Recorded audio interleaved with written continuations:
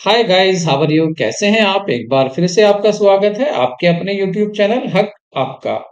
आज की क्लास में हम सोल्व करेंगे प्रीवियस ईयर क्वेश्चन पेपर जो कि 2009 में आया था।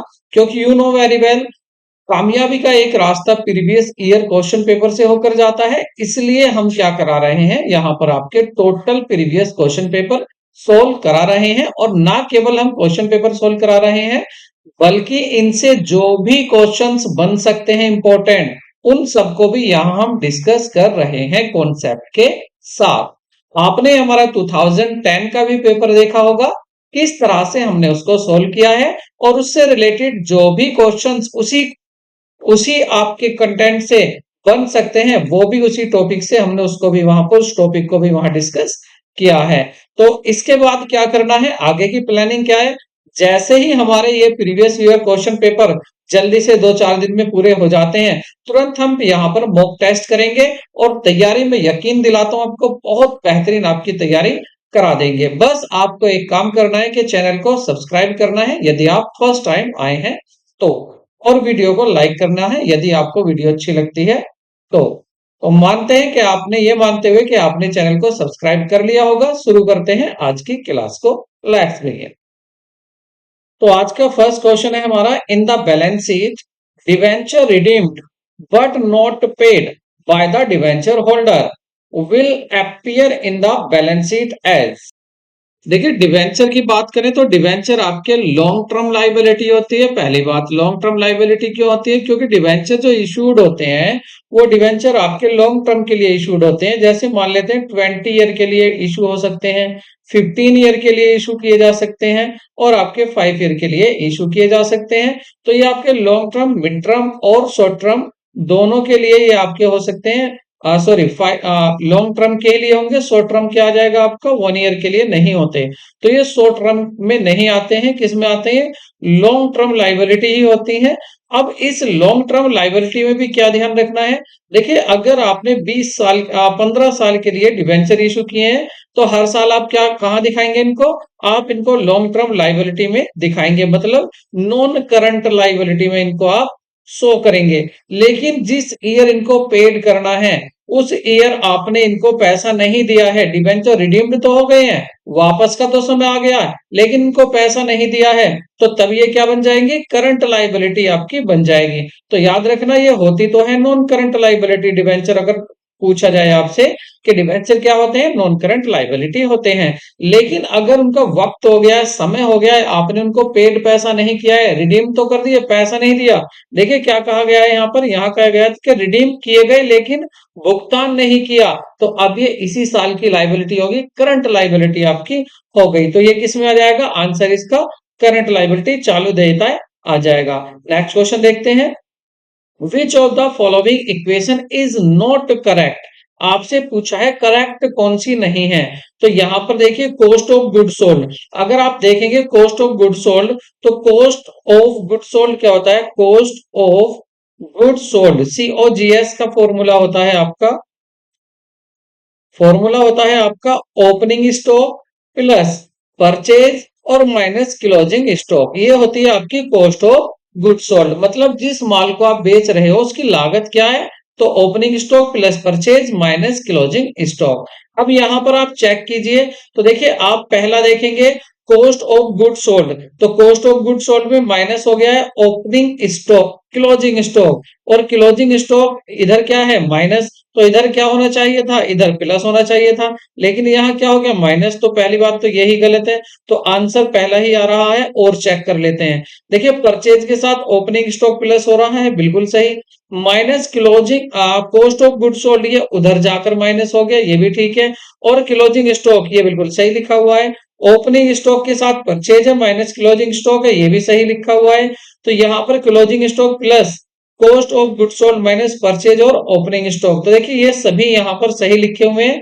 केवल पहला क्या था आंसर? पहला ही गलत था, आपसे गलत इक्वेशन ये पूछी गई है। तो आपको ये याद रखना है कॉस्ट ऑफ गुड सोल्ड का फॉर्मूला क्या होता है। नेक्स्ट क्वेश्चन देखते हैं। नेक्स्ट है आपका, when a company purchase its own debenture as a investment then on debenture account is debited with. तो डेबिट कौन से अमाउंट से आप करेंगे? तो देखिए, आप डिवेंचर को, माना 100 रुपए का आपका डिवेंचर है, तो इसको क्या बोलेंगे? फेस वैल्यू बोलेंगे। लेकिन मार्केट में ये कम ज्यादा का हो सकता है कंपनी ने इसको एट प्रीमियम पर इशू किए हो, ठीक है, एट पार पर भी किए हो, और एट डिस्काउंट पर भी हो सकते हैं, क्योंकि ये शेयर नहीं है। डिवेंचर डिस्काउंट पर भी इशू किए जा सकते हैं। तो यहां पर क्या है, अब बात आती है, अगर कंपनी क्या करती है, इनको वापस से परचेज कर लेती है, बायबैक कर लेती है, तो तब आप फेस वैल्यू से ही इनको क्या करेंगे? डेबिट करेंगे, क्योंकि कितने शेयर आ रहे हैं। तो जो फेस वैल्यू होगी डिवेंचर की, उसी से ये क्या होगा? डिवेंचर अकाउंट को डेबिट किया जाएगा। तो आंसर आपका फर्स्ट सही होगा। नेक्स्ट क्वेश्चन देखते हैं। When interest it to be allowed is to be allowed capital to the partner, it is generally calculated। देखिए, पार्टनर्स को, पहली बात तो, अगर पार्टनरशिप डीड नहीं है, पार्टनरशिप डीड क्या होती है? पार्टनरशिप डीड होती है एग्रीमेंट, और वो भी कैसा? रिटर्न। पार्टनर्स के बीच में रिटर्न एग्रीमेंट। तो अगर रिटर्न एग्रीमेंट है और वह कहता है कि आपको इंटरेस्ट ऑन कैपिटल देना है, तो आप बिल्कुल देंगे। लेकिन कौन सी कैपिटल पर देंगे? क्या जो साल के लास्ट में कैपिटल रही, कैपिटल एट द एंड देंगे माइनस ड्रॉइंग, या capital at the year and, जब साल पूरी हो जाती है तब कैपिटल कितनी है उस पर देंगे, या पूरे साल की एवरेज कैपिटल पर देंगे, या कैपिटल जो साल के शुरू में थी उस पर इंटरेस्ट देंगे। तो देखिए, जो साल के शुरू में कैपिटल होती है उस पर इंटरेस्ट दिया जाता है, मतलब capital in the beginning of the year. वर्ष की शुरुआत में जो पूंजी थी उसी पर ही एक दिया जाता है। आपको क्या सही दिखा रहा है? थोड़ा सा मैं यहाँ लिखने के लिए स्पेस बना लेता हूँ और कैमरे को आपको हाइड कर लेता हूँ। So next question is, in the dissolution of the partnership firm, the provision for doubtful debts is transferred to profit and loss account, realization account, capital account, sundry debtors account। साझेदारी firm के विघटन में संदिग्ध ऋणों के लिए प्रावधान को स्थानांतरित किया जाता है। लाभ और हानि खाते में, वसूली खाते में, पूंजी खाते में, या विविध देनदार खाते में। देखिए, यहाँ बात हुई है प्रोविजन फॉर डाउटफुल डेट्स। देखिए, जब पार्टनरशिप फर्म का डिसोल्यूशन किया जाता है तो वहां जितनी भी लाइबिलिटीज होती हैं, उन सभी लाइबिलिटीज को कहाँ ट्रांसफर किया जाता है? क्रेडिट साइड में ट्रांसफर किया जाता है। यहाँ लिख दिया जाता है बाय सन्ड्री लाइबिलिटी। जितनी भी लाइबिलिटी होती है यहाँ पर किया जाता है उसको ट्रांसफर। और जितनी भी एसेट्स होती हैं उनको डेबिट साइड में किया जाता है ट्रांसफर। ठीक है, किसको? कैश को और बैंक को इधर छोड़ देना है। और लाइबिलिटी में आपको जो कैपिटल है फर्म की, जो साझेदारों ने अपनी कैपिटल लगाई है, उसको छोड़ देना है कैपिटल अकाउंट को। बाकी इनका लोन भी छोड़ देना है पार्टनर का। बाकी सब लाइबिलिटी को यहाँ पर लिखते हैं। प्रोविजन फॉर डाउटफुल डेट्स भी एक लाइबिलिटी होती है, इसलिए इसको कहाँ ट्रांसफर किया जाता है? इसको क्रेडिट साइड में, रियलाइजेशन के क्रेडिट साइड में इसको ट्रांसफर किया जाता है। तो आपको याद रखना है रियलाइजेशन अकाउंट से ही आंसर है। नेक्स्ट क्वेश्चन देखते हैं। नेक्स्ट है आपका, Gantt bonus plan is mixed form Roman and Taylor plan, हास्ले and Romans plan, हास्ले और टेलर प्लान, और एमर्सन एंड बेडेक्स प्लान। जो गैट बोनस योजना है, निम्नलिखित में से मिश्रित रूप है। किसका रूप है? तो ये है आपकी हेल्से और रेमन योजना का मिश्रित रूप है गेट बोनस। ऑप्शन आपका सेकंड सही होगा। नेक्स्ट क्वेश्चन देखते हैं। और नेक्स्ट क्वेश्चन है आपका, नेक्स्ट है आपका, fix and variable cost classification is special important in unit costing, operating costing, contract costing, process costing. निश्चित और परिवर्तनीय लागत वर्गीकरण का विशेष महत्व है। इकाई लागत निर्धारण, परिचालन लागत निर्धारण, अनुबंध लागत निर्धारण, या प्रक्रिया लागत निर्धारण। तो ये होता है आपका परिचालन लागत निर्धारण में।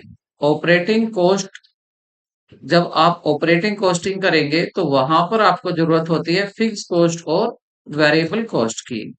नेक्स्ट क्वेश्चन देखते हैं। Income of the an educational institution non profit motive is exempt under which section? गैर लाभकारी उद्देश्य वाले शैक्षणिक संस्थानों की आय किस धारा के अंतर्गत प्राप्त छूट प्राप्त है? तो यहां पर पूछा है गैर लाभकारी उद्देश्य वाले शैक्षणिक संस्थाओं की आय। तो 1023C, 1080G, 1010B और 1023D। सही आंसर होगा आंसर ए 1023C। तो 1023C के अनुसार गैर लाभकारी उद्देश्य वाली शिक्षक शैक्षणिक संस्थाओं की आय जो है क्या होती है, छूट अंतर्गत इसको छूट प्राप्त होती है। लेकिन साथ में ये भी है कि इसकी शर्तें और होनी चाहिए, जैसे कि वह पूरी तरह से मुख्य रूप से सरकार द्वारा वित्त पोषित होनी चाहिए। क्या होनी चाहिए? सरकार द्वारा वित्त पोषित होनी चाहिए। सरकार द्वारा वित्त पोषित होनी चाहिए।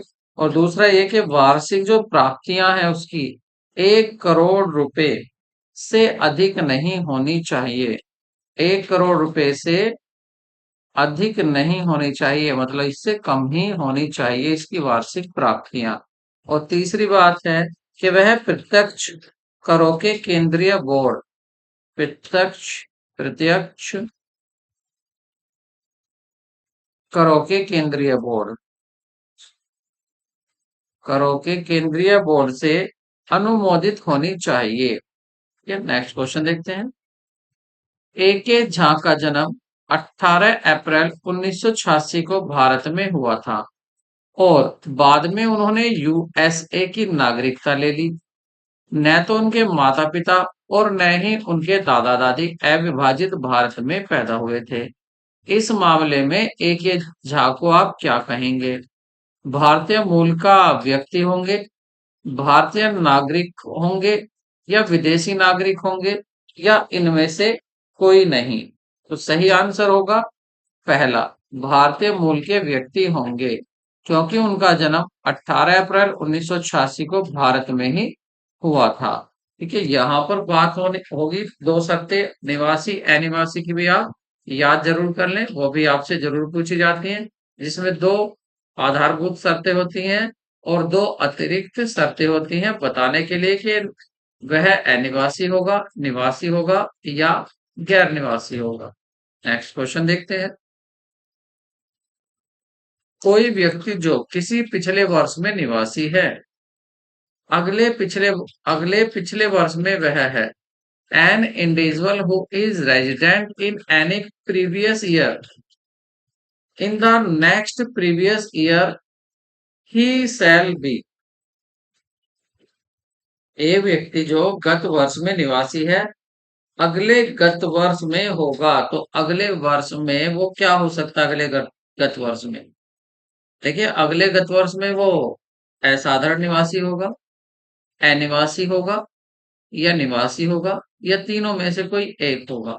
देखिए, या तो वो फिर साधारण निवासी हो सकता है, अनिवासी भी हो सकता है और निवासी भी हो सकता है, मतलब तीनों में से कोई सा भी वो एक हो सकता है। ऑप्शन आपका फोर्थ सही होगा। नेक्स्ट देखते हैं।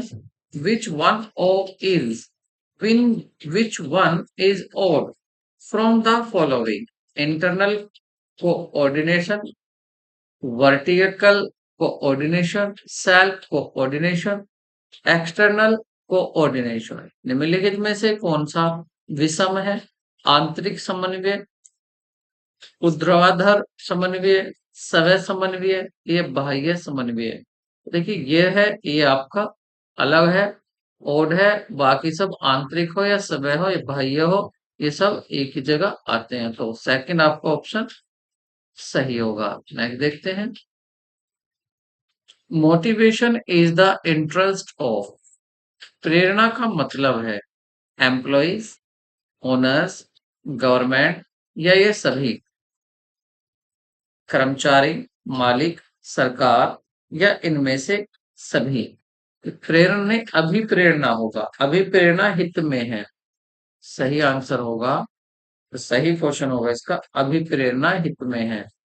अभी प्रेरणा,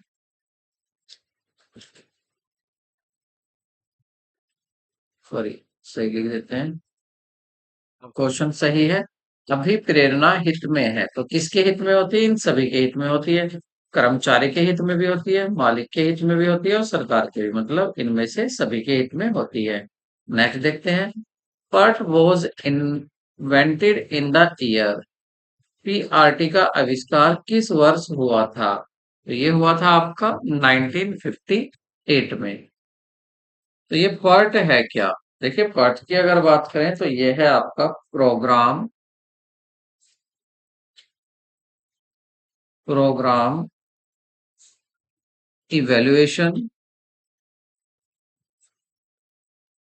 programme evaluation review, review technology,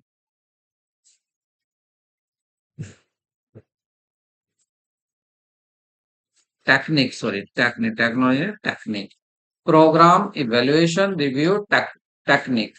तो इसका विस्तार कब हुआ था? तो इसका विस्तार हुआ था आपका, आंसर 3 सही है, 1958 में। ये क्या है? एक टेक्निक है किसकी? प्रोग्राम इवैल्यूएशन और रिव्यू की। नेक्स्ट क्वेश्चन देखते हैं।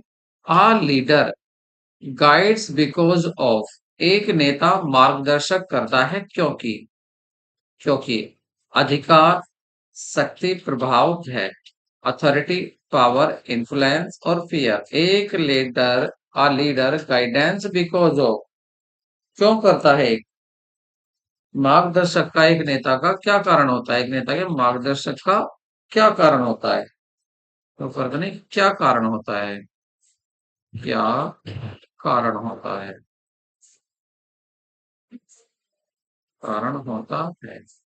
एक नेता के मार्गदर्शन का क्या कारण होता है? ये होता है कि वो अधिकार होता है उसका, या उसकी वो शक्ति होती है मार्गदर्शन की, या उसका प्रभाव होता है, या भय होता है। तो वो करता है क्योंकि प्रभाव पड़ता है, इन्फ्लुएंस करता है। ठीक है। नेतृत्व में किसी भी संगठन की सफलता उसके प्रबंधों की नेतृत्वकारी जो भूमिका होती है उसके महत्व को सबसे ज्यादा, उसका महत्व उसमें सबसे ज्यादा होता है। नेतृत्व वह योग्यता है जिसमें नेता अपने अधीनस्थों व्यवहार में निष्पादन प्रभावित करता है और इनमें से सभी को कार्य करने के लिए समर्थ व सफल होते हैं। तो क्या करता है? वो उनको इन्फ्लुएंस करता है, प्रभाव डालता है उन पर। एक नेता मार्गदर्शन का क्या कारण है? क्योंकि वो उन पर सब पर प्रभाव डालता है, ये कारण है जिससे वो प्रभावित होते हैं। नेक्स्ट देखते हैं। Organisation development concept is of, संगठन विकास की अवधारणा है, सहयोग की, संगठन आत्मक परिवर्तन की, कर्मचारी विकास की, या अधिकतम उत्पादन की। तो संगठन विकास की अवधारणा, ऑर्गेनाइजेशन डेवलपमेंट कॉन्सेप्ट, तो ये होगी आपकी सहयोग, कोऑर्डिनेशन। तो डेवलपमेंट कौन, ऑर्गेनाइजेशन डेवलपमेंट कॉन्सेप्ट जो है वो क्या है? कोऑपरेशन, सहयोग। संगठन के विकास की अवधारणा क्या है? सहयोग। कि अगर सहयोग है, कोऑपरेशन है, तो डेवलपमेंट जरूर होगा। नेक्स्ट क्वेश्चन देखते हैं। Asset in the balance sheet are so according to permanence basis, market value, book value, liquidity. देखिए, वैसे तो आप लिक्विडिटी में भी दिखा सकते हैं जितने भी एसेट्स होती हैं, और परमानेंस बेसिस पर भी, लेकिन जो सही माना जाता है वो परमानेंस बेसिस पर माना जाता है। अगर क्वेश्चन में कुछ नहीं कहता तो हम किस में दिखाते हैं? स्थायित्व आधार पर दिखाते हैं, परमानेंस बेसिस बेसिस पर दिखाते हैं। परमानेंस बेसिस क्या होती है? कि हम देखते हैं हमारी बैलेंस शीट में सबसे ज्यादा हमारे साथ कौन सी एसेट रहेगी, उसको हम सबसे ऊपर रखते हैं। और जो सबसे कम 1 साल के लिए होती है, जैसे आपका cash at at cash in hand, तो इसको क्या लिखते हैं? सबसे बाद में लिखते हैं। नेक्स्ट क्वेश्चन देखते हैं। बैलेंस इन द पेटी कैश बुक इज, एक एसेट होगा, इट एक्सपेंसेस होगा, प्रॉफिट होगा, ये लॉस होगा। और जो पेटी कैश बुक होती है, जो एक बड़ा कैशियर छोटे कैशियर को बनाने के लिए देता है, पेटी छोटे मोटे खर्चों के लिए वो एक एडवांस अग्रिम पद्धति भी इसको कहते हैं। इसमें पहले ही पैसा दे देता है और कहता है कि जितना भी आपका खर्च हो उसमें आप क्या करेंगे, आप खर्च करके जो बचता है आप उसको वापस कर देंगे। या इम्प्रेस सिस्टम है तो उसमें क्या है, वो दोबारा से अपनी उसी राशि को प्राप्त कर लेंगे। जैसे शुरू में 10,000 रुपए दिए गए थे और उसमें से 7,000 रुपए तो हो गए स्पेंड, बचे कितने, 3,000। तो इम्प्रेस सिस्टम में उसको दोबारा से 7,000 और मिल जाएंगे, तो फिर उसको नेक्स्ट मंथ के शुरू में ही 10,000 रुपए हो जाएंगे। इम्प्रेस सिस्टम भी याद रखना है। और इम्प्रेस्ड अमाउंट कौन सा होगा, इम्प्रेस्ड अमाउंट होगा जो उसको शुरू में दिया जा रहा है। तो सही आंसर क्या होगा, देखिए हमारा पैसा ही तो है, हमारे बिजनेस का ही तो पैसा है, तो उसको किसको दे रहे हैं, उसको बिजनेसमैन को दिया जा रहा है। इसका मतलब क्या होगा कि वो हमारी एसेट है, क्योंकि उसमें क्या होता है, कैश हमारे बिजनेस की एसेट ही होती है। अगर बिजनेस की तरफ से देखें तो उसको किस में लेंगे, हम एक संपत्ति में ही इंक्लूड करते हैं। नेक्स्ट क्वेश्चन देखते हैं।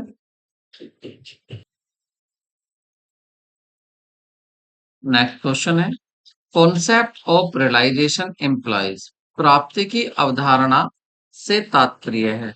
व्हेन ऑर्डर इज रिसीव्ड, जब ऑर्डर मिल जाता है तब प्राप्ति समझी जाती है। When goods are delivered to the customers, या जो कस्टमर को गुड्स जब डिलीवर कर दिया जाता है प्राप्ति तब समझी जाती है। या when cash is received from debtors, या डेटर्स से जब कैश प्राप्त कर लिया जाता है, या इनमें से कोई नहीं। सही आंसर होगा जब गुड्स डिलीवर कर दिया जाता है कस्टमर को तब प्राप्ति समझी जाती है। ये कहता है हमारा रियलाइजेशन, कॉन्सेप्ट ऑफ रियलाइजेशन। ठीक है, नेक्स्ट क्वेश्चन देखते हैं। Net worth of the business means, किसी व्यवसाय की निवल संपत्ति का अर्थ है fix asset, net worth fix asset minus current liability, या टोटल शेयर कैपिटल जितनी भी होती है उसी को नेटवर्थ कहेंगे, या टोटल एसेट को हम नेटवर्थ कहेंगे, या total asset minus total liability को नेटवर्थ कहेंगे। तो सही आंसर होगा आपका total assets minus total liability. आपने देखा होगा कि आपकी कैपिटल प्लस आपकी अदर लाइबिलिटी और इधर होती है आपकी एसेट। तो अगर आप एसेट में से लाइबिलिटी को माइनस कर देंगे तो आपकी कैपिटल या नेटवर्थ बच जाएगी, कितना बिजनेस में पैसा लगा हुआ है। आंसर क्या होगा यहाँ पर, 4 होगा। नेक्स्ट क्वेश्चन देखते हैं। नेक्स्ट क्वेश्चन देखते हैं। नेक्स्ट है आपका, यदि बिक्री 1,20,000 रुपए है, मतलब sale is 1,20,000, gross profit is 1/3 of cost, जो सकल लाभ है वो लागत का 1/3 है, और 98,000 खरीद है मतलब परचेज, और समापन स्टॉक अंतिम स्टॉक जो दिया हुआ आपका क्लोजिंग स्टॉक है आपका 98,000, और समापन स्टॉक 18,000। यहाँ पर ये 2 बार दे दिया इसको, एक कम कर लेते हैं, 2 बार लिख दिया।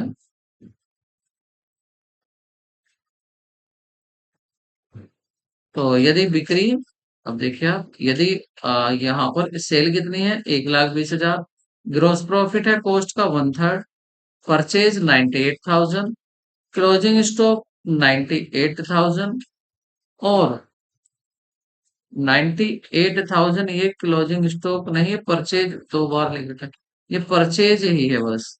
परचेज है आपका 98,000 और क्लोजिंग स्टॉक दिया हुआ है आपका कितना, क्लोजिंग स्टॉक है आपका 18,000। तो बताना है आपको ओपनिंग स्टॉक। अब ओपनिंग स्टॉक के लिए आप क्या करेंगे, यहाँ पर अगर हम कॉस्ट मान लेते हैं एक्स, तो हमारा प्रॉफिट क्या होगा, कॉस्ट का 1/3 मतलब x/3 1/3। अब ये तो है हमारी कॉस्ट और ये है हमारा प्रॉफिट, दोनों को ऐड करेंगे तो ये क्या आ जाएगा, सेल। और क्वेश्चन में सेल कितनी दी हुई है, वो दी हुई है 1,20,000। ठीक है, इनको ऐड करेंगे क्या आ जाएगा, 3 × 3 = 3x, 4x, 4x/3 = 1,20,000। ठीक है, एक्स की वैल्यू क्या आ जाएगी, 4 से डिवाइड कर लेते हैं इसको 3, और 3×3 = 9, मतलब एक्स जो आ गया वो 90,000 आ गया। अब 90,000 क्या है, ये है आपकी कॉस्ट। तो हम कह सकते हैं कॉस्ट कितनी आ गई है यहाँ पर, कॉस्ट आ गई है 90,000। अब आपको पता है कॉस्ट ऑफ गुड सोल्ड मतलब लागत।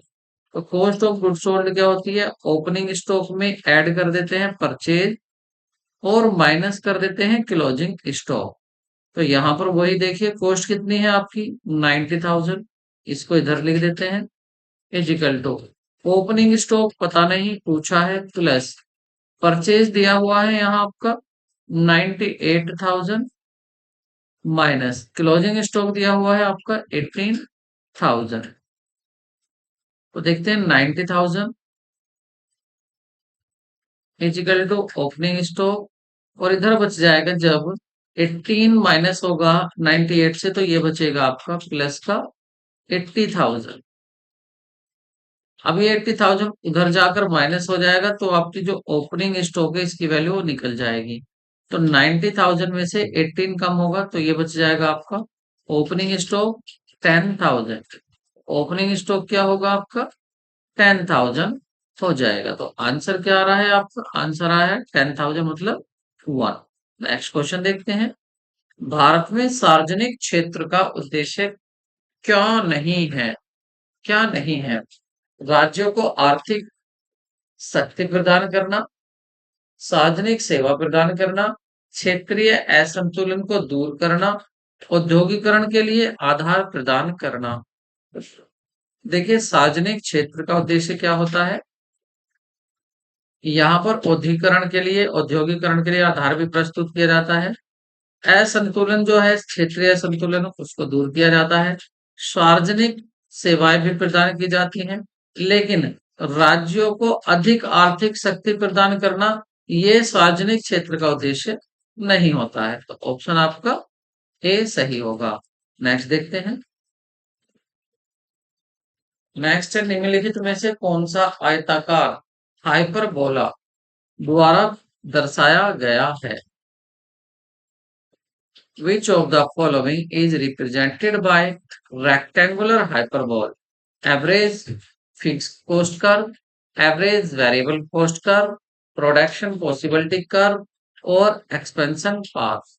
एवरेज फिक्स कॉस्ट कर्व जो होता है, एवरेज फिक्स कॉस्ट कर्व, तो ये क्या बना जाता है, ये बना जाता है आपका रेक्टेंगुलर बनाता है, जितनी ये साइड है उतनी ये साइड है।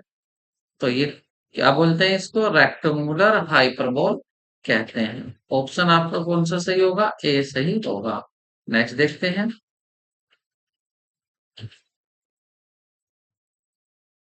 देखिए in the Cobb Douglas production function of the form x is equal to b0 lb1 comma kb2 which one of the following is the correct। x यहाँ आउटपुट है, l मीन्स लेबर है और k means capital है। तो यहाँ पर क्या सही है, elasticity of situation is equal to unity बिल्कुल होगी। Factor incentives is measure by the ratio b1 upon b2 बिल्कुल मेजर कर सकते हो आप। Organizational and entrepreneurial entrepreneurial efficiency is measure by both, ये भी b0 ये भी सही है। इसका मतलब यहाँ पर आंसर ये सभी सही होगा। नेक्स्ट देखते हैं। efficient allocation of resources to greatest extent is achieved under। संसाधन का सबसे अधिक कुशल आवंटन निम्नलिखित में से किसके अंतर्गत प्राप्त किया जाता है। अल्पाधिकार के, एकाधिकार के, एकाधिकार प्रतियोगिता के या पूर्ण प्रतियोगिता के। तो ये प्राप्त किया जाता है पूर्ण प्रतियोगिता के। परफेक्ट कंपटीशन में आप प्राप्त क्या कर सकते हैं, सबसे अधिक कुशल आवंटन। नेक्स्ट देखते हैं। Which of the following equation is correct, आपको बतानी है इसमें से कौन सी इक्वेशन करेक्ट होगी। MTP is equal to MRP into MR गलत है। MRP maximum retail price equal to MPP into MR, देखिए ये बिल्कुल सही होगा। ऑप्शन आपका दूसरा सही है। नेक्स्ट देखते हैं। और नेक्स्ट क्वेश्चन होगा आपका, if delta in investment ₹100 and marginal production cost MPC या proportionality cost 0.9, then national income will be increase by. यदि ₹100 चेंज हो जाता है इंटरेस्ट में, इन्वेस्टमेंट में कितना चेंज आता है, 100 चेंज आ जाता है, और सीमांत उत्पाद लागत में वो चेंज आता है आपका 0.9, तो राष्ट्रीय इनकम में, राष्ट्रीय जो आय है उसमें कितनी वृद्धि हो जाएगी। तो देखिए इसके लिए जो फॉर्मूला होता है, वैसे इसके लिए फॉर्मूला मेन आपका, अगर आपको देखना है चेंज, तो वो ये होगा कि देखिए, एक के होता है मल्टीप्लर, के क्या होता है, मल्टीप्लर होता है, और इसका फॉर्मूला होता है डेल्टा वाई, मतलब जो इन्वेस्ट इनकम में चेंज हुआ है, वाई क्या कहते हैं, इनकम, और अपॉन होता है डेल्टा आई, आई मतलब इन्वेस्टमेंट में चेंज। अब यहाँ पर इन्वेस्टमेंट में चेंज है, इनकम आपसे पूछा है, के आपके पास है नहीं, इसलिए हम पहले क्या करेंगे, पहले हम के की वैल्यू फाइंड करेंगे, और के की अगर हम वैल्यू देखें तो मल्टीप्लर के इजिकल टू होता है 1/1 माइनस एम पी सी, और यहाँ पर हमारा देखिए 1/1 माइनस एमपीसी कितना दिया हुआ है, 0.9 दिया हुआ है, तो ये कितना आ जाएगा हमारा 1/, जब 1 में से 0.9 कम करेंगे तो क्या बचेगा हमारा, ये बच जाएगा हमारा 0.1, और इसको जब हम डेसिमल हटाएंगे तो ऊपर क्या आ जाएगा 10, तो ये फाइनली के की वैल्यू क्या आ गई, 10 आ गई। इसका मतलब के बराबर क्या है, 10। अब वापस आते हैं इधर, तो देखिए के की वैल्यू मल्टीप्लर, के मतलब मल्टीप्लर की वैल्यू हम रखेंगे 10, तो ये तो 10 हो गई। उसके बाद डेल्टा वाई हमें पता नहीं है, इसे तो पूछ रहा है, डेल्टा मतलब चेंज, कितना परिवर्तन होगा इनकम में, वाई मतलब इनकम, अपॉन डेल्टा आई कितना दिया हुआ है, 100 दिया हुआ है, तो 100 की मल्टीप्लाई इसमें हो जाएगी, तो डेल्टा वाई की वैल्यू आ जाएगी, और ये होगी आपकी 100 इंटू 10 मतलब 1000। तो सही आंसर तो है देखिए आपका 1000, कितना चेंज आ जाएगा, 1000 आ जाएगा, इसका मतलब आंसर आपका 4 है। लेकिन अगर आप देखेंगे तो ज्यादातर बुक्स में जो प्रीवियस ईयर के पेपर अवेलेबल है उसमें क्या दिया हुआ है, 900 दिया हुआ है। अब 900 की भी कहानी सुन लीजिए, देखिए एक चैप्टर है income determination and multiplier, 12th class में ये आता है, इकोनॉमिक्स में, तो वहां पर साफ बताया हुआ है कि देखिए पहले राउंड में कितना इंक्रीज होगा, तो पहले राउंड का सिंपल इंक्रीज ये होता है कि 100 में आप मल्टीप्लाई कर सकते हैं 0.90 की, तो ये आ जाएगा आपका कितना, ये आपका एक जीरो हट जाएगी, 90 आ जाएगा। फिर आप दूसरा देखेंगे, जब इसका भाई परसेंट इसको हटाएंगे तो नीचे क्या आ जाएगा, यहाँ 10, जीरो से जीरो कट हो जाएगी, तो वही हाँ 90 आ गया। अब 90 का फिर दोबारा 9%, ये दूसरा राउंड हो जाएगा, फिर जो आया उसका, तो ये तो राउंड है, राउंड फर्स्ट राउंड सेकंड, ऐसा इस क्वेश्चन में नहीं बताया गया है कि कौन सा राउंड है, यहाँ पर बस ये पूछा गया कि इनकम कितनी इंक्रीज हो जाएगी, तो इसके लिए आपका फॉर्मूला सामने है, के की वैल्यू क्या होती है, 1/1 माइनस एमपीसी, और साथ में के की जरूरत क्यों पड़ेगी, क्योंकि आपको डेल्टा वाई निकालना है, और डेल्टा आई इन्वेस्टमेंट आपको दिया हुआ है। डेल्टा होता है चेंज, जैसे अब है 100, और यदि हमारा इन्वेस्टमेंट हो जाता है 120, तो डेल्टा आई कितना होगा, 20, कि कितना चेंज आया। तो अगर इन्वेस्टमेंट में चेंज आ जाता है, तो बताइए कितना चेंज आ जाएगा आपकी नेशनल इनकम में, यदि आपको दिया है एमपीसी। तो यहां से इस टॉपिक को और भी देख सकते हैं, वैसे आप इसको मुझे कमेंट में लिख सकते हैं, मैं आपकी इस चैप्टर पर काफी क्वेश्चन आपको इसके करा सकता हूँ। नेक्स्ट क्वेश्चन देखते हैं, और नेक्स्ट है, if the 5 year plan the percentage of total plan expenditure allocated of the agriculture was maximum, किस पंचवर्षीय योजना में कृषि को आवंटित कुल योजना व्यय का प्रतिशत अधिकतम था। तो ऐसी कौन सी योजना थी जिसमें जो टोटल आवंटन हुआ वो कृषि को कृषि को सबसे ज्यादा प्रतिशत दिया हुआ था पंचवर्षीय योजना में, तो वो पंचवर्षीय योजना थी आपकी दूसरी, second 5 year plan. Next question देखेंगे, भारत में मुद्रास्फीति की दर को निम्न के आधार पर मापा जा सकता है।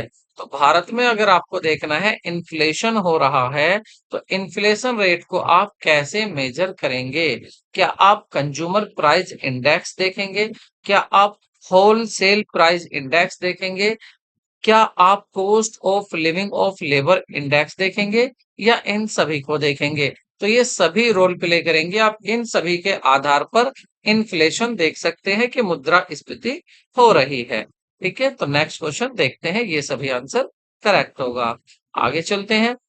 कैप का part is a autonomous organisation function under the. कपाट एक स्वायत्त संगठन है जो निम्नलिखित में से के अधीन कार्य करता है।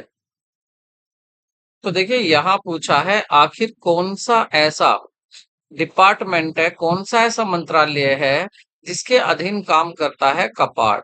अगर इसकी फुल फॉर्म की बात करें तो इसकी फुल फॉर्म है लोक, ये भी याद करना जरूरी है, लोक कार्यक्रम, लोक कार्यक्रम और ग्रामीण,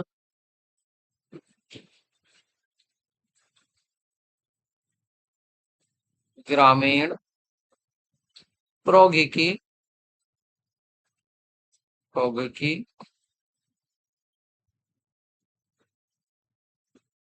विकास परिषद,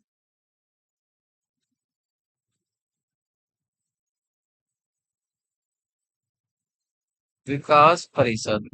ठीक है, अगर इंग्लिश में बात करें तो council for advancement of people and action and rural technology.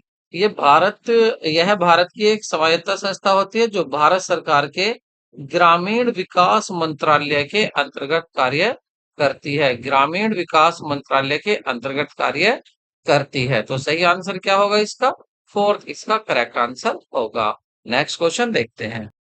So next question है, बर्गन क्राइटेरिया इज एसोसिएटेड विद। अब बर्गसन मानदंड किससे संबंधित है? देखिए, बर्गनसन और सैमुअल्सन की बात करें तो ये दोनों ही कल्याण के अर्थशास्त्र से संबंधित हैं।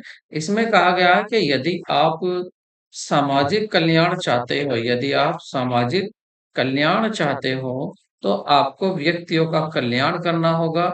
अगर व्यक्तियों का कल्याण होगा तो समाज का भी कल्याण हो जाएगा, क्योंकि व्यक्ति किसमें होते हैं? वो समाज में ही होते हैं। तो सही आंसर होगा आपका थ्री। नेक्स्ट क्वेश्चन देखते हैं। Cost accounting was oriented to meet the deficiencies of financial accounting, to meet the deficiencies of managerial accounting, to meet the deficiencies of standard costing, या none of these। लागत लेखांकन की उत्पत्ति हुई वित्तीय लेखांकन की कमियों को पूरा करने के लिए, या प्रबंधकीय लेखांकन की कमियों को पूरा करने के लिए, या मानक लागत निर्धारण की कमियों को पूरा करने के लिए, या इनमें से कोई नहीं। तो सही आंसर होगा आपका वित्तीय लेखांकन की कमियों को पूरा करने के लिए, क्योंकि जो फाइनेंशियल अकाउंटिंग है उसमें तो टोटल अकाउंटिंग होती है, लेकिन यदि आप cost accounting, cost per focus करना चाहते हो, कॉस्ट को कंट्रोल करना चाहते हो, डिटरमाइन करना चाहते हो, निर्धारित करना चाहते हो, कंट्रोल करना चाहते हो, डिक्रीज करना चाहते हो, तो एक अलग से अकाउंटिंग की जरूरत है जो कॉस्ट पर ही फोकस करे। तो कॉस्ट अकाउंटिंग जो वित्तीय लेखांकन है उसकी कमियों को पूरा करती है। और अगर बात करें कॉस्ट की तो देखिए, कॉस्ट आपका मैनेजमेंट अकाउंटिंग में भी आ सकता है, क्योंकि कॉस्ट कंट्रोल एक टेक्निक होती है मैनेजर की, मैनेजमेंट की एक टेक्निक होती है कॉस्ट कंट्रोल भी। तो प्रबंधकीय लेखांकन की कमी कहाँ दूर करेगी, क्योंकि ये तो उल्टा इसका कॉस्ट तो इसका एक पार्ट भी माना जा सकता है। और मानक लागत, ये तो स्टैंडर्ड लागत होती है कि आपने कितनी बनाई हुई है कि भाई इस प्रोजेक्ट पर इतनी लागत आएगी, तो वो हो गया आपकी स्टैंडर्ड लागत। तो ये जो कमी को पूरा करती है फाइनेंशियल अकाउंटिंग की कमी को पूरा करती है। नेक्स्ट क्वेश्चन देखते हैं। To head office of the institute the cost and workers accountants of India is situated in. भारतीय लागत एवं कार्य लेखांकन संस्थान संस्थान का मुख्यालय कहाँ स्थित है? कोलकाता में, मुंबई में, दिल्ली में, या इलाहाबाद में? तो सही आंसर होगा आपका कोलकाता में। वैसे इसकी अगर बात करें तो इसकी क्षेत्रीय परिषद भी है, जो कि क्षेत्रीय परिषद की बात करें तो कोलकाता, चेन्नई, दिल्ली और मुंबई में है। और अगर इसकी स्थापना की बात करें तो ये भी पूछा जाता है। तो देखिए, इसकी स्थापना जो हुई थी वो 1959 जो अधिनियम आया था, कौन सा अधिनियम था? लागत एवं कार्य लेखाकार अधिनियम। लागत एवं लेखाकार अधिनियम। लेखाकार अधिनियम। अधिनियम।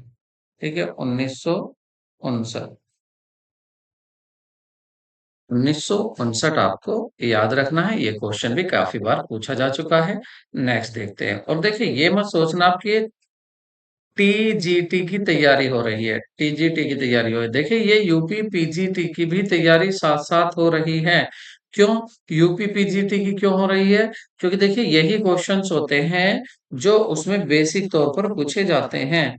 बाकी उसका थोड़ा सा स्टैंडर्ड और भी बढ़ जाता है। पीजीटी का आप देख रहे हैं स्टैंडर्ड बढ़ गया, लेकिन ये क्वेश्चन जो है ये टीजीटी में भी आ चुके हैं, एलटी में भी आ जाते हैं, एलटी में भी आए हुए हैं ये। तो आप अगर यूपी पीजीटी टीजीटी और एलटी ग्रेड की तैयारी कर रहे हैं, तो आपको जरूरी है कि आप इन सभी क्वेश्चंस को अच्छे से तैयार कर ले। नेक्स्ट देखते हैं। नेक्स्ट है आपका, कर्मचारी के कार्य निष्पादन का मूल्यांकन करने की प्रक्रिया को क्या कहा जाता है? The process of evaluating the employee performance on the job is known job rating, merit rating या इंडक्शन या नन ऑफ दीज। तो देखिए, वैसे तो इसको कहा जाता है परफॉर्मेंस अप्रेजल, बट यहाँ पर जो परफॉर्मेंस अप्रेजल नहीं दिया हुआ है, यहाँ पर परफॉर्मेंस अप्रेजल नहीं दिया हुआ है, इसको हम क्या कहते हैं? जॉब रेटिंग भी इसको कह सकते हैं, क्योंकि जॉब को रेट दे रहे हैं। तो फर्स्ट आंसर आपका करेक्ट होगा। नेक्स्ट देखते हैं। The measurement of the based on all value of the series is. श्रृंखला के सभी मानों पर आधारित माप है। रेंज, स्टैंडर्डाइजेशन, क्वार्टाइल डाइवेशन या ऑल ऑफ दीज। तो देखिए, अगर रेंज की बात करें तो रेंज भी सभी वैल्यूज पर बेस्ड नहीं होती है। ठीक है, क्वार्टाइल डाइवेशन भी सभी पर बेस्ड नहीं होती है, बट स्टैंडर्ड डाइवेशन जो होती है, ये श्रृंखला के सभी मानों पर आधारित माप होती है। तो सही आंसर होगा आपका मानक विचलन। नेक्स्ट क्वेश्चन देखते हैं। Brain storming is the used by the management for. प्रबंधन द्वारा विचार मंथन का उपयोग निम्न के लिए किया जाता है। Work allocation on the shop floor या generating alternatives for problem solving, promotion of research and development या ट्रेनिंग एम्प्लॉइज। कार्यशाला में कार्य ऑप्शन, समस्या समाधान के लिए विकल्प तैयार करना, अनुसंधान एवं विकास को बढ़ावा देना, कर्मचारी को प्रशिक्षण देना। तो सही आंसर होगा। तो सही आंसर होगा आपका option two, generating alternatives for problem solving. समस्या समाधान के लिए विकल्प तैयार करना। क्या क्या विकल्प तैयार किए जाते हैं? वो उसमें जो यूज होता है वो होता है ब्रेन स्टॉर्मिंग। तो आंसर होगा आपका समस्या समाधान के लिए विकल्प तैयार करना। नेक्स्ट क्वेश्चन देखते हैं। नेक्स्ट है आपका, if x x minus x. तो यहाँ पर देखिए, x माइनस ये x बार होगा, इसको सही कर लेते हैं। ये होगा x बार मीन्स मीन। यहाँ y बार होगा, यहाँ x बार होगा और यहाँ y बार होगा। ठीक है, ये अब आपका करेक्ट हो चुका है। तो देखते हैं इसको। तो यदि x equal to x minus x bar and y equal to y minus y bar and the number of pair in n, then correlation क्या हो सकता है, ये आपको यहाँ पर बताना है। तो कोरिलेशन क्या हो सकता है? Correlation sigma X Y upon sigma X square और सिग्मा वाई स्क्वायर बिल्कुल हो सकता है। तो ऑप्शन आपका ए ही सही है। Next, N sigma X Y, N sigma X Y नहीं हो सकते। X sigma X Y upon N ये नहीं हो सकते। कोरिलेशन का फॉर्मूला क्या बनेगा? कोरिलेशन का आपका फर्स्ट ही होगा, correlation R is equal to sigma X Y upon sigma X square sigma Y square. Next question देखते हैं। The total the total worker cost, the total works cost and office overhead is called। कार्य लागत और कार्यालय overhead का योग क्या कहलाता है? फैक्ट्री कॉस्ट या cost of production, direct cost, all of these. कारखाना लागत, उत्पादन लागत, प्रत्यक्ष लागत या ये सभी। तो टोटल ऑफ एक आपका वर्क कॉस्ट है, एक क्या है वर्क कॉस्ट, और प्लस दूसरा है ऑफिस ऑफिस ओवरहेड। तो इसको आप क्या कहेंगे? तो आप इसको कहेंगे cost of production. Cost of production कहेंगे? नहीं, आप यस आप इसको कहेंगे cost of production. Cost of production आप इसको कहेंगे। ठीक है, तो टोटल जो कॉस्ट और ऑफिस कॉस्ट है इनको क्या बोलेंगे दोनों को? Cost of production cost. Factory cost में क्या जाएगा? फैक्ट्री कॉस्ट में आपकी प्राइम कॉस्ट। अगर यहाँ फैक्ट्री कॉस्ट की बात करें तो यहाँ पर आ जाएगा आपका prime cost plus factory overhead, ठीक है, और प्लस ऑफिस कॉस्ट। तो ये आपको याद रखना है। तो आंसर आपका क्या होगा? आंसर होगा आपका सेकेंड, कॉस्ट ऑफ प्रोडक्शन, उत्पादन लागत। नेक्स्ट क्वेश्चन देखते हैं। टाइम सीरीज अकाउंट्स फॉर, समय श्रृंखला में शामिल है seasonal variation, secular trend, cyclical variation, all of these. मौसमी परिवर्तन, धर्म निरपेक्ष प्रवृत्ति, चक्रीय प्रवृत्ति या ये सभी। तो सही आंसर होगा option four, all of these, ये सभी। नेक्स्ट क्वेश्चन देखते हैं। If the contract is 50% complete, the amount of profit to be taken credit for usually 50% of estimate profit, amount of the estimate profit, one third of the unprofit multiplied by the cost ratio, और none of these। यदि कोई अनुबंध 50% पूरा हो गया है तो लाभ की वह राशि जिसको क्रेडिट किया जाएगा आमतौर पर क्या होती है? तो यहाँ पर देखिए, आपने अगर आप 1 लाख रुपीज का अब प्रोजेक्ट लेकर चल रहे हैं, इसमें से आपने आधा ही पूरा किया है 50,000 का। तो देखिए आपका जो हक है वो वो आपका हक केवल ₹50,000 ही लेना है, क्योंकि आपने अभी तक केवल 50,000 ही पूरा किया है, बाकी वर्क इन प्रोग्रेस ही होगा। तो यहाँ पर आंसर आपका फर्स्ट ही सही होगा। नेक्स्ट क्वेश्चन देखते हैं। विच रिलेशनशिप इज नॉट करेक्ट, को कौन सा संबंध सही नहीं है? देखिए यू नो वेल कि अगर आपने देखा होगा कि क्या होता है, three median minus two mean किसकी वैल्यू होती है? ये होती है मोड की वैल्यू। मोड इजकल टू होता है 3 मीडियन माइनस 2 मीन। अब आप इससे देख लीजिए, थ्री, अब यहाँ पर क्या दिया है m, और 2x दिया हुआ है, और देखिए मोड को क्या कहा है? z कहा गया है। और x बार का मतलब ये है आपका माध्य, माध्य मतलब मीन, मीन को यहाँ कहा गया है x बार। अब आप देखिए यहाँ पर क्या है, 3 मीडियन माइनस 2 मीन, ये जेड है। और कह रहा कौन सा सही नहीं है, तो ये तो सही होगा। इसने कहा सही कौन सा नहीं है, तो कौन सा सही नहीं होगा? ऐसे क्वेश्चन को आप हमेशा लास्ट से किया करो। तो देखिए अगर आप इस 3 की मल्टीप्लाई यहाँ करोगे तो क्या आ जाएगा? 3, 3x मतलब 3 मीन, क्या हो जाएगा? ये 3 मीन हो जाएगा। इधर क्या बचने वाला है? इधर 2 मीन माइनस जेड। क्या ये सही हो सकता है? दोनों में मीन मीन इधर 2 मीडियन माइनस जेड, क्या ये हो सकता है? बिल्कुल नहीं हो सकता। आप इसको करके देखिए, 3 मीडियन और ये उधर जाकर क्या हो जाएगा? मीन। तो 3 median minus 2 mean equal to क्या आएगा आपका? माइनस जेड आ रहा है। तो ये माइनस का जेड नहीं हो सकता। तो यहाँ पर इसलिए क्या हुआ? ये आपका गलत है, ऑप्शन आपका डी सही है। नेक्स्ट देख लेते, देखिए ये होगा 2 मीन।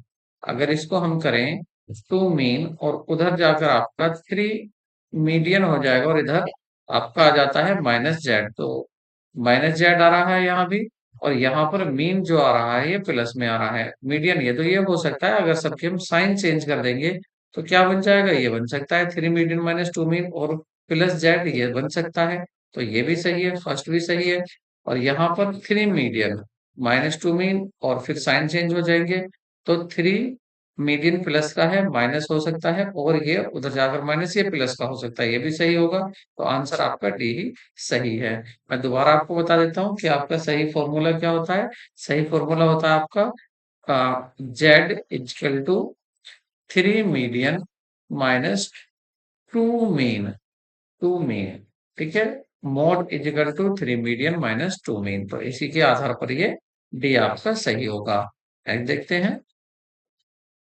तो डी के आधार पर ये क्या होगा, इसमें कौन सा सही नहीं है, तो ये सही नहीं है, बाकी सभी सही हैं। नेक्स्ट देखते हैं। The function of designing making is, निर्णय लेने का कार्य, decision making, sorry, decision making of, निर्णय निर्णय लेने का कार्य निम्न प्रबंधन का है। तो निर्णय कौन सा प्रबंध लेता है, लोअर लेता है, मिडल मैनेजमेंट लेता है, टॉप मैनेजमेंट लेता है, ये सभी लेवल पर निर्णय लिए जाते हैं। तो ऑप्शन आपका फोर्थ सही होगा, सभी लेवल पर डिसीजन मेकिंग की जरूरत होती है। नेक्स्ट क्वेश्चन देखते हैं। इफ डिवेंचर ऑफ 1000 परचेज 498 थे, तो 1000 के डिवेंचर, लेकिन खरीदे कितने में गए हैं, 980 में, बाय द कंपनी, कंपनी ने।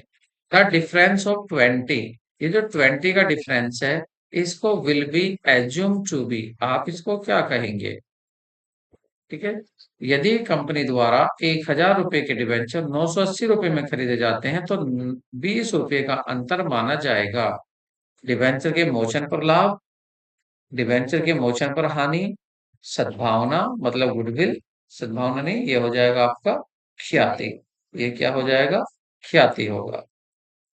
तो ये कहलाएगा आपका प्रॉफिट ऑन रिडेप्शन। आप रिडेप्शन कर रहे हैं, देखिए कंपनी अपने शेयर क्यों खरीदेगी, कंपनी जब अपने शेयर खरीदती है तो इसको क्या बोलते हैं, बाय बैक कहते हैं, मतलब अपने ही शेयर को वापस खरीद रही है, ठीक है।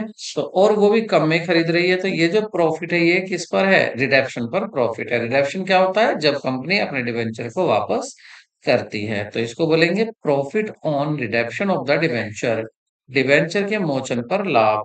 नेक्स्ट देखते हैं। If a firm takes into account advance received from a customer as income, it violate the which of the following concept.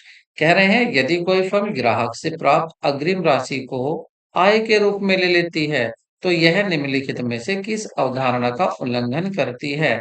देखिए एडवांस लिया गया है, अब एडवांस को क्या मान लिया, अपनी इनकम मान ली, लेकिन जब ये कहा गया है आप जब तक नहीं मान सकते हैं इसको, जब तक ये आप उसको उसका गुड्स बनाकर सौंप नहीं देते, तब तक आप इसको लाइबिलिटी ही मानेंगे, इनकम नहीं मानेंगे। तो ये कौन सी अवधारणा कहती है, तो ये कहती है आपकी, तो यहाँ जो उल्लंघन हो रहा है वो कौन सी अवधारणा का हो रहा है, प्राप्ति अवधारणा। प्राप्ति अवधारणा मतलब रियलाइजेशन कॉन्सेप्ट, ठीक है। आप इसको, दूसरा नाम क्या है इसका, रेवेन्यू रिकॉग्निशन प्रिंसिपल। आप इसको एडवांस, अगर आप पर आपको पैसा मिलता है लेकिन आपने अभी गुड्स उसको नहीं दिया है, तो ये कहता है कॉन्सेप्ट कि आप उसको लाइबिलिटी मानेंगे, क्या मानेंगे, उसको लाइबिलिटी मानेंगे, इनकम नहीं मान सकते हैं। तो ऑप्शन आपका क्या सही होगा, थ्री ऑप्शन करेक्ट होगा। नेक्स्ट क्वेश्चन देखते हैं। और नेक्स्ट है आपका मेजरमेंट काउंटिंग रिलेट्स टू, प्रबंधन लेखांकन निम्नलिखित में से संबंधित है।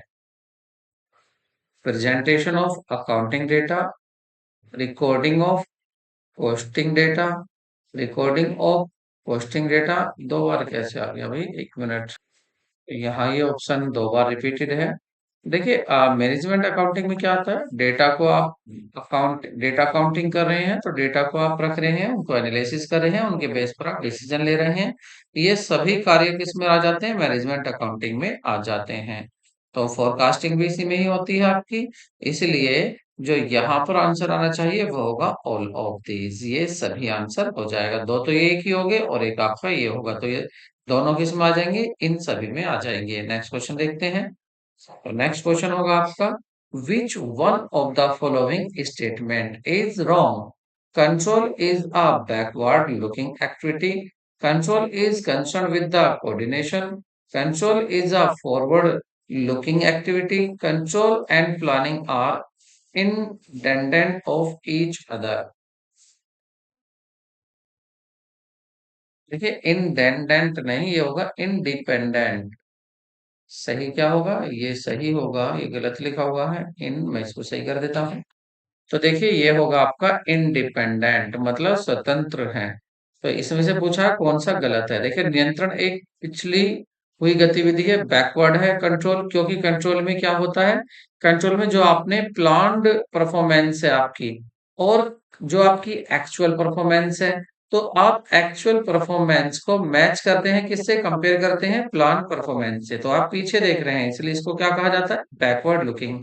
आपने सोचा था कि हम 500 यूनिट बनाएंगे, लेकिन एक्चुअल में आपकी यूनिट बनी है 450। अब आप मैच करेंगे इसको इससे कि आप सही किया कार्य या नहीं। अगर सही नहीं किया है तो ये डिफरेंस क्यों आया है, इसको आप दूर करेंगे।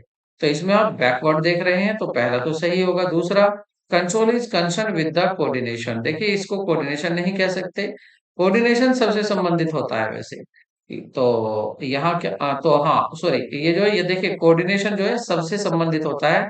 तो कंट्रोलिंग में भी क्या है, कोऑर्डिनेशन आपको बनाना पड़ता है। नेक्स्ट आपका कि ये फॉरवर्ड लुकिंग एक्टिविटी है।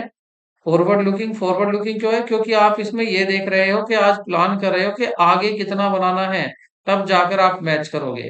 तो ये भी सही हो जाएगा यहाँ। लेकिन कह रहे हैं कि प्लानिंग और कंट्रोल दोनों इंडिपेंडेंट नहीं है, क्योंकि इन कंट्रोलिंग किस पर होगी? प्लानिंग पर। जब आपने प्लान किया कि हम 500 यूनिट बनाएंगे, तभी तो आप एक्चुअल परफॉर्मेंस को देख पाए, अदरवाइज आप कंट्रोल ही नहीं करते।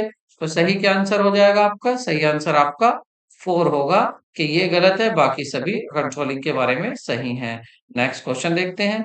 The principle of unity of command employee.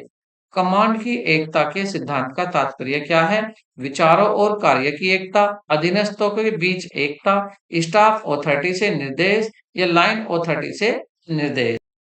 तो यहाँ पर देखिए ये बताता है आपका इंस्ट्रक्शन फ्रॉम लाइन अथॉरिटी। कहने का मीन्स ये है, अगर यहाँ पर कोई सबऑर्डिनेट है, तो इस सबऑर्डिनेट को जब ऑर्डर मिलेगा तो वो लाइन में ही मिलना चाहिए। आप पहले ए ऑर्डर देगा बी को, बी देगा सी को, तो ये यहाँ पर जो है इसको ऑर्डर किससे मिलेगा? सी से। ऐसा नहीं है सी ने भी इसको ऑर्डर दे दिया और साथ ही साथ बी ने भी दे दिया या ए ने भी दे दिया, तो ये कंफ्यूज हो जाएगा, फॉलो पहले किसका करे। और अलग-अलग भी हो सकता है, इसलिए लाइन होनी चाहिए। एक सबऑर्डिनेट को एक समय में एक ही अधीनस्थ को आदेश देना चाहिए, ये कहता है यूनिटी ऑफ कमांड। कमांड में एकता होनी चाहिए, जो आप कमांड दे रहे हैं अपने से नीचे वाले को। तो सही आंसर क्या हो जाएगा आपका? फोर्थ हो जाएगा, instruction from line authority. Next question देखते हैं। इनकम रिसीव्ड इन इंडिया और deemed to be received in India is taxable in the hand of all assessees, residents या नॉट ऑर्डिनरी रेजिडेंट्स या नॉन रेजिडेंट्स। भारत में प्राप्त या भारत में प्राप्त मानी जाने वाली आय निम्नलिखित के हाथों में कर योग्य होगी। सभी करदाताओं के, निवासी के, सामान्य निवासी के या गैर निवासी के। तो देखिए यहाँ पर ऑल ऑल ले लेते हैं, यहाँ पर ऑल एसएससीज मतलब सभी करदाता ले लेते हैं। सभी करदाता क्यों? क्योंकि देखिए अगर भारत में प्राप्त की जा रही है तो जिस पर कर लग रहा है, निवासी की अगर कंडीशन पूरी हो रही है तो निवासी पर, और गैर साधारण असाधारण निवासी की हो रही है तो असाधारण निवासी पर। तो इसका मतलब सभी जितने भी करदाता होंगे उन पर ये टैक्स पेबल होगा। नेक्स्ट क्वेश्चन देखते हैं। A manager who works with the help of the rule and regulation is called। नियमों और विनियमों की मदद से काम करने वाले प्रबंधक को कहा जाता है लीसेज पीयर लीडर या ट्रेडेस्ट लीडर, नौकरशाही लीडर या सहभागी लीडर। तो बात किसकी है? नियम और विनियम की मदद से काम करने वाले प्रबंधक को कहा जाता है।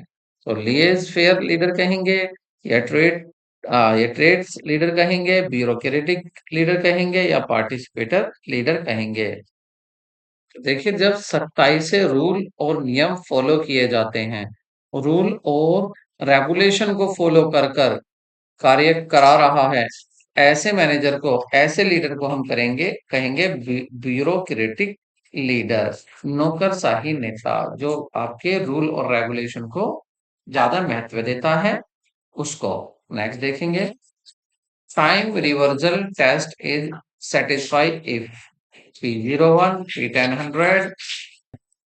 तो देखिए, समय उलट इसमें क्या होता है कि जब आपका इंडेक्स नंबर 2 होते हैं और अगर उनका दोनों का है प्रोडक्ट, P1 कह लीजिए और P10 कह लीजिए, अगर इनका प्रोडक्ट 1 के इक्वल टू आ जाता है, तो इस कंडीशन को हम क्या बोलते हैं, इसको बोलते हैं टाइम रिवर्सल टेस्ट सेटिस्फाई हो जाता है। ये सेटिस्फाई हो जाता है, कब सेटिस्फाई होगा, जब दोनों का ही प्रोडक्ट 1 के इक्वल होगा। अब यहाँ देखेंगे 100 आ रहा है, यहाँ भी, लेकिन यहाँ पर क्या है, यहाँ पर ये मोर देन दे रखा है, ठीक है, ये ज्यादा है। तो यहाँ पर देखिए मोर देन नहीं है, इक्वल होना चाहिए, और आंसर यही सही होगा। भाई इससे वैसे कम नहीं है, इस बेस पर भी इसको कह सकते हैं सही तभी है वैसे जब इसके इक्वल होता है। ठीक है, तो यहाँ पर आंसर यही इसका दिया हुआ है, क्योंकि ये तो हो ही नहीं सकते, 1 के बराबर होता है, तो इसको आप बराबर कर लीजिए। नेक्स्ट क्वेश्चन देखते हैं। Doctrine of indoor management means, आंतरिक प्रबंधन का सिद्धांत का अर्थ है कंपनी के निर्देशकों को शेयर धारकों की स्वीकृति प्राप्त करने के बाद कंपनी के मामलों का प्रबंधन करना चाहिए, या निर्देशक आंतरिक प्रशासन को अपनी इच्छा अनुसार चलाने के लिए पूरी तरह से स्वतंत्र है, या बाहरी लोगों को कंपनी के आंतरिक मामलों में हस्तक्षेप नहीं करना चाहिए, या कंपनी से संबंधित बाहरी लोगों को यह मानने का अधिकार है कि कंपनी द्वारा एसोसिएशन के लेखों द्वारा अपेक्षित सभी औपचारिकताओं का विधिवत अनुपालन किया गया है। तो सही आंसर होगा कि आंतरिक प्रबंधन का सिद्धांत क्या कहता है कि कंपनी से संबंधित बाहरी लोगों को यह मानने का अधिकार है कि कंपनी द्वारा एसोसिएशन के लेखों द्वारा अपेक्षित सभी औपचारिकताओं का विधिवत अनुपालन किया गया है। ऑप्शन आपका 4 सही होगा। नेक्स्ट क्वेश्चन देखते हैं। Planning is a business is not, व्यवसाय में नियोजन निम्न में से कौन सा है? पूर्व कार्य चरण कार्य करना, शीर्ष प्रबंधक का कार्य होता है, सतत प्रक्रिया होती है, बौद्धिक प्रक्रिया होती है। देखिए सही होगा ये कि प्लानिंग क्या होती है, बौद्धिक प्रक्रिया होती है, इंटेलेक्चुअल प्रोसेस होती है। ठीक है, अब यहाँ पर है तो ये मैनेजमेंट का फंक्शन, ये भी सही आ रहा है, लेकिन करें planning is a business is not, करें व्यवसाय में नियोजन निम्न में से कौन सा नहीं है, करते हैं इसको। तो देखिए सही आंसर जो होगा यहाँ पर, सही आंसर ये नहीं होगा इंटेलेक्चुअल। देखो बौद्धिक, बिल्कुल बौद्धिक तो होती है। अगर प्री एक्शन स्टेज कहें फंक्शन, ये भी सही है। यहाँ पूछा कौन सा नहीं है, और यहाँ कहें कि कंटिन्यूअस प्रोसेस भी होती है, ये चलती रहती है, इंटेलेक्चुअल बौद्धिक भी है, लेकिन टॉप मैनेजमेंट फंक्शन ही नहीं है, क्योंकि प्लानिंग जो की जाती है वो सभी स्तर पर की जाती है, ऑल लेवल पर की जाती है, प्लानिंग ऑल लेवल पर की जाती है। तो आंसर आपका दूसरा गलत होगा। नेक्स्ट क्वेश्चन देखते हैं, और नेक्स्ट क्वेश्चन है आपका, which one of the following is a control function of management? Budgetary control, cost control, financial control, for all of these। तो ये सभी क्या है, फाइनेंशियली कंट्रोल, ये सभी कंट्रोलिंग सिस्टम होते हैं। सही आंसर क्या है, ये सभी। Next, loan on the mortgage is shown in liability side of balance sheet, asset side of balance sheet, debit side of profit and loss, credit side of profit and loss। बंधक ऋण पत्र दिखाया जाता है। तो देखिए जब बंधक ऋण पत्र की बात आती है, ऋण पत्र मतलब आपने ऋण ले रखा है, तो ये सीधी सीधी क्या है, लाइबिलिटी है, तो कहाँ जाएगा, ये लाइबिलिटी साइड में ही जाएगा। ऑप्शन आपका ए सही होगा। नेक्स्ट क्वेश्चन देखते हैं। If the two if the two regression coefficient are 0.8 and 0.2, then the value of the correlation coefficient R is, यदि दो प्रतिगमन गुणांक 0.8 एंड -0.2 है, तो सहसंबंध गुणांक R का मान होगा। तो यहाँ पर देखिए अगर हम कोफिशिएंट, कोरिलेशन कोफिशिएंट का फॉर्मूला देखें तो ये होता है आपका, अगर दो यहाँ पर दो चर दिए हुए हैं, तो B1 इंटू B2 और प्लस और माइनस, इट मीन्स जिस जो भी आपके चर जिस साइन में होंगे उसी साइन में यहाँ पर आंसर आने वाला है। जैसे आप देखेंगे यहाँ पर क्या है 0.8 इंटू 0.2, 0.8 इंटू 0.2, तो ये क्या हो जाएगा यहाँ पर अंदर हो जाएगा आपका 16, क्या हो जाएगा 16 और डेसिमल यहाँ। अब जब इसका आप स्क्वायर रूट निकालेंगे तो क्या आ जाएगा फिर ये 0.4 आ जाएगा और बाहर क्या लिखोगे आप माइनस, क्योंकि जो माइनस में होते हैं माइनस, प्लस में होते हैं प्लस। आंसर आपका पहला सही होगा। नेक्स्ट क्वेश्चन देखते हैं। Advance payment of income tax is shown. देखिए जब आप किसी को एडवांस दे देते हैं तो ये आपकी बन जाती है एसेट्स, और यदि आप किसी से एडवांस ले लेते हैं तो ये बन जाती है आपकी लाइबिलिटी। तो यहाँ पर क्या हो जाएगी आपकी एसेट्स होगी, तो asset side of balance sheet दिखाया जाएगा बैलेंस शीट की संपत्ति पक्ष में। नेक्स्ट क्वेश्चन देखते हैं। Income tax is lived on those individuals. आयकर उन व्यक्तियों पर लगाया जाता है जिनकी आय किसी पिछली वर्ष की व्यक्तिगत सीमा से कम है, या जिनकी आय किसी पिछले वर्ष की छूट प्राप्त सीमा से अधिक है, या जिनकी आय किसी पिछले वर्ष में 1 लाख रुपए तक है, या इनमें से कोई नहीं। तो देखिए जो भी सीमा होती है, मान लेते हैं अगर 8 लाख रुपए तक की सीमा है कि यहाँ तक कोई टैक्स नहीं लगेगा, इससे ऊपर टैक्स लगेगा। तो अगर इस छूट वाली सीमा से ऊपर इनकम हो जाती है तो उस पर टैक्स लगाया जाता है, तो आंसर आपका दूसरा सही होगा। नेक्स्ट क्वेश्चन देखते हैं। विच रिलेशन में be correct in mode mean and median. ये तो अभी बताया था, क्या होता है आपका mode equal to 3 median minus 2 mean. आप देख लीजिए कौन सा सही होगा। वैसे आपको कंडीशन दी जाती है कि यहाँ पर स्थिति है क्या जिसमें आपसे पूछ रहा है, लेकिन अगर ऐसा नहीं देता है तो फिर क्या होगा आपका, फिर सीधा माध्य बड़ा होता है, माध्य बड़ा होता है बहुलक से, और माध्यिक बहुलक बड़ा होता है माध्यिका से। मतलब मीन। देखिए साथ में मैं आपको ये भी बता देता हूँ ये ऐसी सिचुएशन कब कब होती है। देखिए पहली सिचुएशन तब होती है जब सिमेट्रिकल डिस्ट्रीब्यूशन होता है।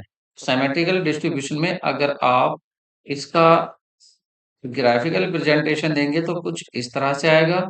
इसका मतलब ये है कि आपका यहाँ मीन भी यही होगा, मोड भी यही होगा, और मीडियन भी यही होगा। और अगर बात करें आपकी पॉजिटिवली स्कीव्ड की, तो यहाँ पर क्या होगा, यहाँ सिचुएशन आपकी कुछ इस तरह का इनका ग्राफ बनता है, और ग्राफ बनेगा आपका इस तरह का। राइट हैंड पर ये ज्यादा पूंछ सी आप इसको टेल कह सकते हैं। देखिए यहाँ पर क्या होगी, ये मोड होगी, ये आपका यहाँ मीडियन होगा, और यहाँ आपका मीन होगा। तो देखिए यहाँ पर जो ये मीन है, ये मीन सबसे बड़ा है। ठीक है, अगर आप इसको लिखेंगे तो आप इसको इस तरह से लिखेंगे कि मीन मीन बड़ा होगा मीडियन से, मीन बड़ा होगा मीडियन से, और साथ में मोड से। ठीक है, इसका मतलब क्या हुआ कि मीन मीडियन से भी बड़ा है और मोड से भी बड़ा है। और दूसरा इसमें तीनों बराबर हो गए, और इधर क्या हो सकता है, इधर इस तरह से भी हो सकता है। तीसरी कि नेगेटिवली स्किप्ड हो, तो ये किस तरह से बनेगा, फिर ये इधर लेफ्ट साइड में ज्यादा फैला होगा, और फिर आपका इस तरह से होगा। तो यहाँ पर अगर देखें तो यहाँ मोड होगा आपका, और इधर आपकी मीडियन होगी, और इधर आपका मीन होगा। तो देखिए यहाँ पर मीन छोटा हो जाता है। इसको कैसे लिखेंगे आप, इसको लिखेंगे कि मीन जो होगा वो मीन छोटा होगा किससे, मीडियन से, मीडियन से और साथ में मोड से। अब आप देखिए यहाँ पर कौन सा आ रहा है, यहाँ पर देखिए अगर पहले को देखें मीन बड़ा है मीडियन से और मोड से, तो ये देखो यहाँ बन रहा है, ये वाला इधर बन रहा है, तो पहला आंसर आपका करेक्ट आ गया। ठीक है, पहला आंसर आपका करेक्ट आ गया। दूसरा आप देखिए मीन बड़ा है मोड से, तो कोई से में आ रहा था कि मीन बड़ा है मोड से, तो ये रहा मीन बड़ा है मोड से। ठीक है, और मीडियन से भी बड़ा है। तो दूसरा इस तरह से सही लग रहा था क्योंकि इसको भी लिखा हुआ, लेकिन यहाँ पर अलग अलग कर दिया इसको। पहले क्या आना था, मीन के बाद तुरंत मीडियन आनी थी, ऐसा कोई से में भी नहीं है। तो इसलिए आंसर आपका पहला ही सही होगा। ठीक है, तो आंसर आपका फर्स्ट सही होगा। नेक्स्ट क्वेश्चन देखते हैं। In if cash is 10,000, stock is 25,000, debtors 5,000, creditors is 22,000, and bank overdraft is 8,000. Current ratio will be, तो देखिए करंट रेशो का अगर फॉर्मूले की बात करें तो ये होता है current asset upon current liability. अब करंट एसेट में कौन कौन आ रहा है यहाँ पर, 10,000 आ रहा है कैश, स्टॉक भी करंट ही आएगा, करंट एसेट, और आपका डेटर्स भी। क्रेडिटर्स नहीं होता तो इन तीनों को जोड़ देते हैं, तो 30 और 10 40। तो देखिए 40 तो ये हो जाएगा 40,000 अपॉन, अब देखिए आप यहाँ पर क्रेडिटर क्या है, आपकी लाइबिलिटी, ओवरड्राफ्ट भी लाइबिलिटी, ये दोनों ऐड हो जाएंगे तो ये हो जाएगा आपका 30,000। कुछ नहीं है, put the value get the answer, आपको केवल वैल्यू पुट करनी है और आपको आंसर मिल जाएगा। Very very easy question, 4:3। बस यहाँ क्या देखना चाह रहा आपको, क्या फॉर्मूला आपको लर्न है। नेक्स्ट क्वेश्चन देखते हैं, which of the following can not be calculated by graphical method. Graphical method से आप किसको नहीं बता सकते हैं, मीन को नहीं बता सकते, मीडियन को नहीं बता सकते, मोड को या क्वार्टल को। देखिए इन तीनों को मैं अभी बताया है, ग्राफिकल में भी दिखा देते हैं, क्वार्टल को नहीं दिखा सकते, तो चतुर्थक विचलन होगा। नेक्स्ट क्वेश्चन देखते हैं, if operating stock is 50,000, closing stock, opening stock 50,000, closing stock 60,000, cost of goods sold 2,20,000, that stock turnover ratio. तो स्टॉक टर्नओवर रेशियो का फॉर्मूला होता है, अच्छा 2 गुना होगा 3 गुना, तो इसका फॉर्मूला भी आपको याद होना चाहिए, स्टॉक टर्न ओवर रेशियो। तो इसका फॉर्मूला क्या होता है, इसका फॉर्मूला होता है cost of good sold, cost of good sold upon average, average inventory, average inventory. तो इसको देख लेते हैं आपका कितना होगा। देखिए यहाँ पर आपको गिवन है, क्या क्या गिवन है आपको, कॉस्ट ऑफ गुड सोल्ड पहले से ही दे दिया, विक्रय की लागत, वो है आपका 2,20,000 अपॉन, यहाँ एवरेज इन्वेंट्री क्या होगा, 50 और 60 दोनों को जोड़ देंगे, आधा कर देंगे, तो 1,10,000 का आधा 55,000, 55,000, 3 जीरो से 3 जीरो कट कर देते हैं, और इससे आप डिवाइड 11 से डिवाइड कर लेते हैं, 11 टू जा और 11 फाइव जा, 5 4 जा 20, इसका मतलब 4 टाइम्स, तो ये आ जाएगा आपका 4 गुना 4 टाइम्स। नेक्स्ट क्वेश्चन देखते हैं, डिफरेंस बिटवीन, तो देखिए डिफरेंस मतलब, डिफरेंस पूछा है लोअर लिमिट और अपर लिमिट का, तो उसको डिफरेंस को कहा जाता है यहाँ क्लास इंटरवल कितना है।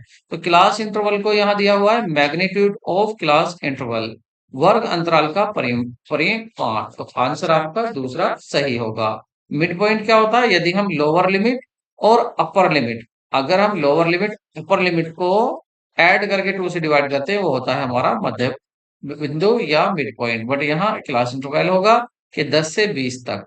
नेक्स्ट क्वेश्चन देखते हैं, तो सिंपल देखिए यहाँ अब तक आपने देखा है कि लगातार ये काफी आपके 3 फॉर्मूले लगातार आ गए हैं, 2 रेशो के फॉर्मूले आ गए हैं, stock turnover ratio, current ratio, और अब आ गया आपका कोरिलेशन कोफिशिएंट रैंक। और आप विश्वास करना, आप यदि देखेंगे मैंने आपको इसमें शुरू में ही आपको इकोनॉमिक्स की क्लास दी थी, तो मैंने आपको ये भी कराया है, कोरिलेशन भी टोटल इसके न्यूमेरिकल टोटल डिटेल में कराया है, और आपको इंडेक्स भी कराया है, तो आप उनको अच्छे से देख लें।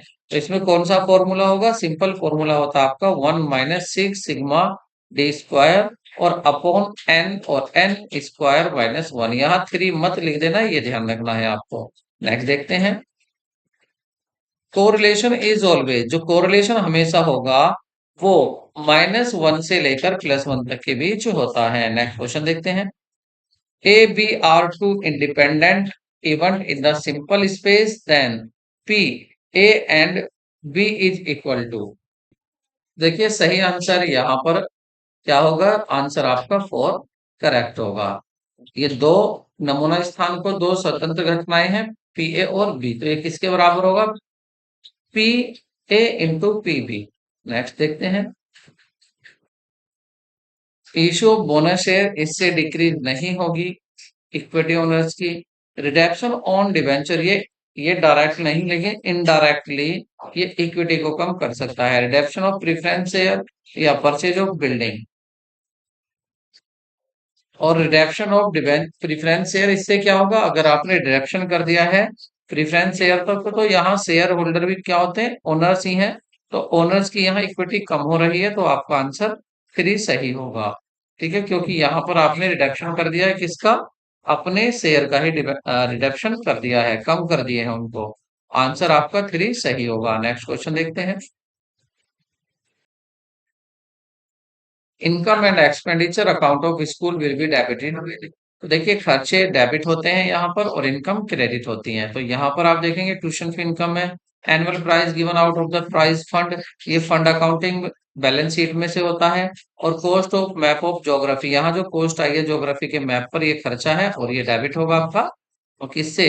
इनकम एंड एक्सपेंडिचर अकाउंट से। बिल्कुल ऐसे ही होता है जैसा आपका ऑर्गेनाइज जो आपके प्रॉफिट ऑर्गेनाइजेशन होते हैं उसमें प्रॉफिट एंड लॉस अकाउंट होता है, जबकि यहाँ पर नॉट फॉर प्रॉफिट ऑर्गेनाइजेशन की बात हो रही है। तो आंसर आपका 3 सही होगा। नेक्स्ट क्वेश्चन देखते हैं। मूल्य ह्रास की मूल्य ह्रास की कौन सी पद्धति में मूल्य ह्रास की कौन सी पद्धति में मूल्य ह्रास की कौन सी पद्धति में या निम्नलिखित में से किस विधि में परिसंपत्ति खाता अपने पूरे जीवन काल में अपनी पूरी मूल लागत के बराबर रहता है? तो कौन सी में रहता है? पुनः मूल्यांकन विधि, रिवैल्यूएशन अकाउंट। नेक्स्ट क्वेश्चन देखते हैं। ए बी दो पार्टनर है, उनका प्रॉफिट शेयरिंग रेशो 3:1 है और वो साझेदारी में किसको शामिल करते हैं? सी को 1/3 शेयर के लिए। तो बताइए नया प्रॉफिट शेयरिंग रेशो क्या होगा? तो 1/3 उसको दे दिया, 1 में से 1/3 तो आने वाले सी को दे दिया, बचा क्या? 2/3। अब 2/3 को ही ये दोनों बांट लेंगे अपने ओल्ड रेशो में 3:1 में। तो कैसे बांटेंगे? 2/3 इंटू 3/4 पहले को मिल जाएगा और 2/3 का ही 1/4 दूसरे को मिल जाएगा। तो ये हो जाएगा आपका, ये आ जाएगा आपका 6, 12 और इधर भी हो जाएगा आपका 2 और नीचे 12। तो नया प्रॉफिट शेयरिंग रेशो क्या बनेगा? यहाँ पर पहले ए का लिखते हैं, फिर बी का लिखेंगे और फिर सी का लिखेंगे। ए का कितना आया? 6:12। बी का कितना आया है? 2:12। और सी का क्या है? 1/3। इसको भी 12 बना लेंगे तो यहाँ 12 की मल्टीप्लाई होगी, यहाँ भी 12 की मल्टीप्लाई होगी। अभी यहाँ पर देखेंगे 6 2 आ रहा, 2 से डिवाइड कर लेंगे सबको, तो ये क्या? हाँ, अब अपोन में से 12 हटा लेंगे तो क्या बचेगा सभी का? यहाँ 6, 2 और 12 बचेगा और इसको और छोटा कर लेंगे तो ये आ जाएगा आपका, 2 से डिवाइड करेंगे 2 3 जा, 2 1 जा और 2 6 जा, तो 3:1:6, 3:1:6 कहाँ पर है? 3, सॉरी एक मिस्टेक कमेटेड हो गया, एक मिस्टेक हो गई यहाँ पर। सी का क्या था? सी का यहाँ पर हिस्सा, सी का क्या था? ये गलत हो गया है। तो सी का जो था, सी का था 1/3, सी का 1/3 था। तो जब सी का 1/3 है तो इसको भी 1/3 को भी क्या कर लेंगे हम? सी के नीचे भी क्या कर लेंगे? 12 कर लेंगे। तो यहाँ 4 की मल्टीप्लाई करेंगे तो 4 1 जा 4 और 4 3 जा 12। तो 2 से डिवाइड कर लेंगे, 2 2 3 जा, 2 1 जा और 2 2 जा, तो 3 1 2 तो 3 1 2 किस में आ रहा है? आपके ऑप्शन 2 में आ रहा है। तो ऑप्शन 2 क्या होगा? सही आंसर होगा। ये 3 की जगह आ गया, कोई बात नहीं। नेक्स्ट क्वेश्चन देखते हैं। Which of the following ratio is used for the measuring profitability of the business? Business की प्रॉफिटेबिलिटी मेजर करने के लिए कौन कौन से रेशो काम आते हैं? तो कौन कौन से काम आते हैं? तो देखिए यहाँ पर एक है आपका ROI, रिटर्न ऑन इन्वेस्टमेंट, कि बिजनेस ने कितना रिटर्न मिला है, जो बिजनेस में हमने लगाया है पैसा उस पर कितना रिटर्न हुआ है। दूसरा इसमें आता है आपका एक नेट प्रॉफिट, नेट प्रॉफिट कितना हुआ है। Interest coverage ratio, inventory turnover ratio, ये इसमें नहीं आते ना, डेब्ट टू इक्विटी आते हैं। ऐसी टेस्ट रेशो ये भी क्या दिखाता है? ये आपका करंट एसेट और करंट लायबिलिटी के बीच में रिलेशन दिखाता है। तो इसका मतलब सेकंड थर्ड किस में आ रहे हैं? थर्ड 3 में आ रहे हैं। तो ऑप्शन आपका 3 सही होगा। नेक्स्ट क्वेश्चन देख लेते हैं। कुछ देयताएं आपको दी हुई हैं, बैंक ओवरड्राफ्ट, डिवेंचर, स्थायी संस्थान के लिए लिया गया ऋण, बकाया वेतन, लेनदार, इनमें से कौन सी चालू देयताएं हैं? चालू करंट लायबिलिटी पूछ रहा है।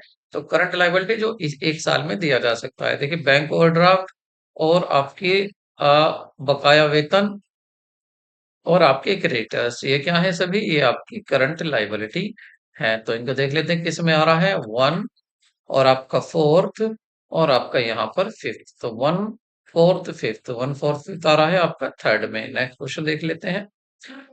If preference share are redeemed at premium then such premium में be provide out of.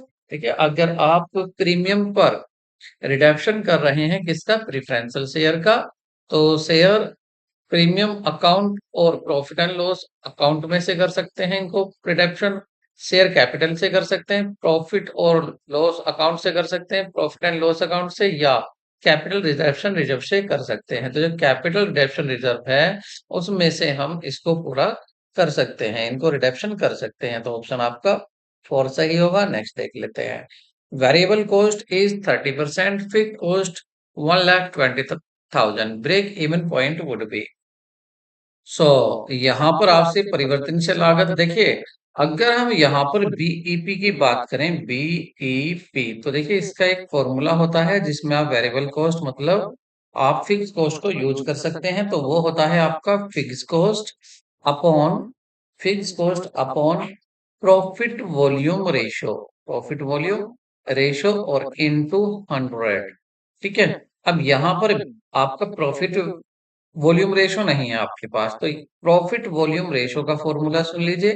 Profit volume ratio जो होता है वो होता है 1 माइनस वेरिएबल कॉस्ट। अब यहाँ पर 1 माइनस वेरिएबल कॉस्ट कितनी है? 30%। तो ये कितना आ जाएगा आपका? 70%। अब इस वैल्यू को यहाँ पुट कर लेते हैं, तो फिक्स कॉस्ट कितनी है आपकी? 1,26,000 अपॉन पीवी रेशो कितना है? 70 इंटू 100। तो इससे इसको काट देते हैं डेसिमल को। तो 7 वन जा 7 और 7 8 जा 56। तो कितना आ जाएगा आपका? 18 डबल यहाँ और डबल यहाँ, मतलब 1,80,000। तो आंसर आपका पहला सही होगा।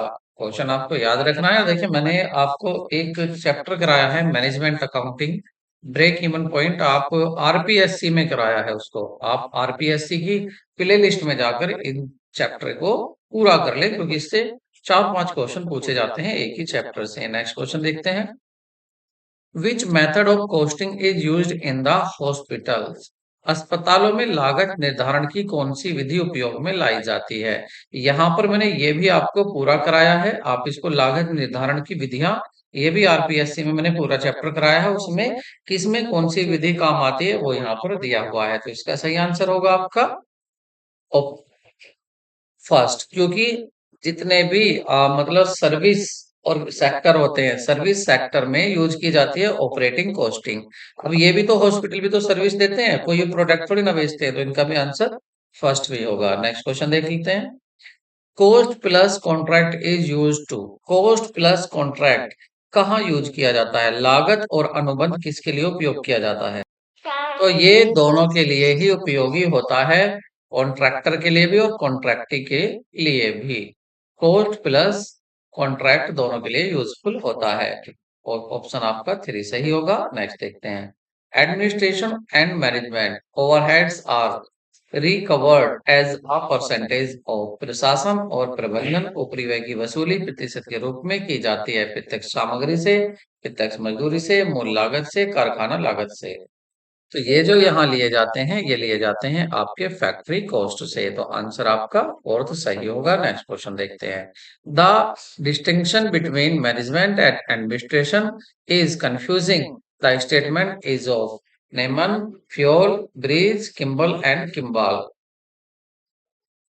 तो ये कथन हेनरी फ्योल का है।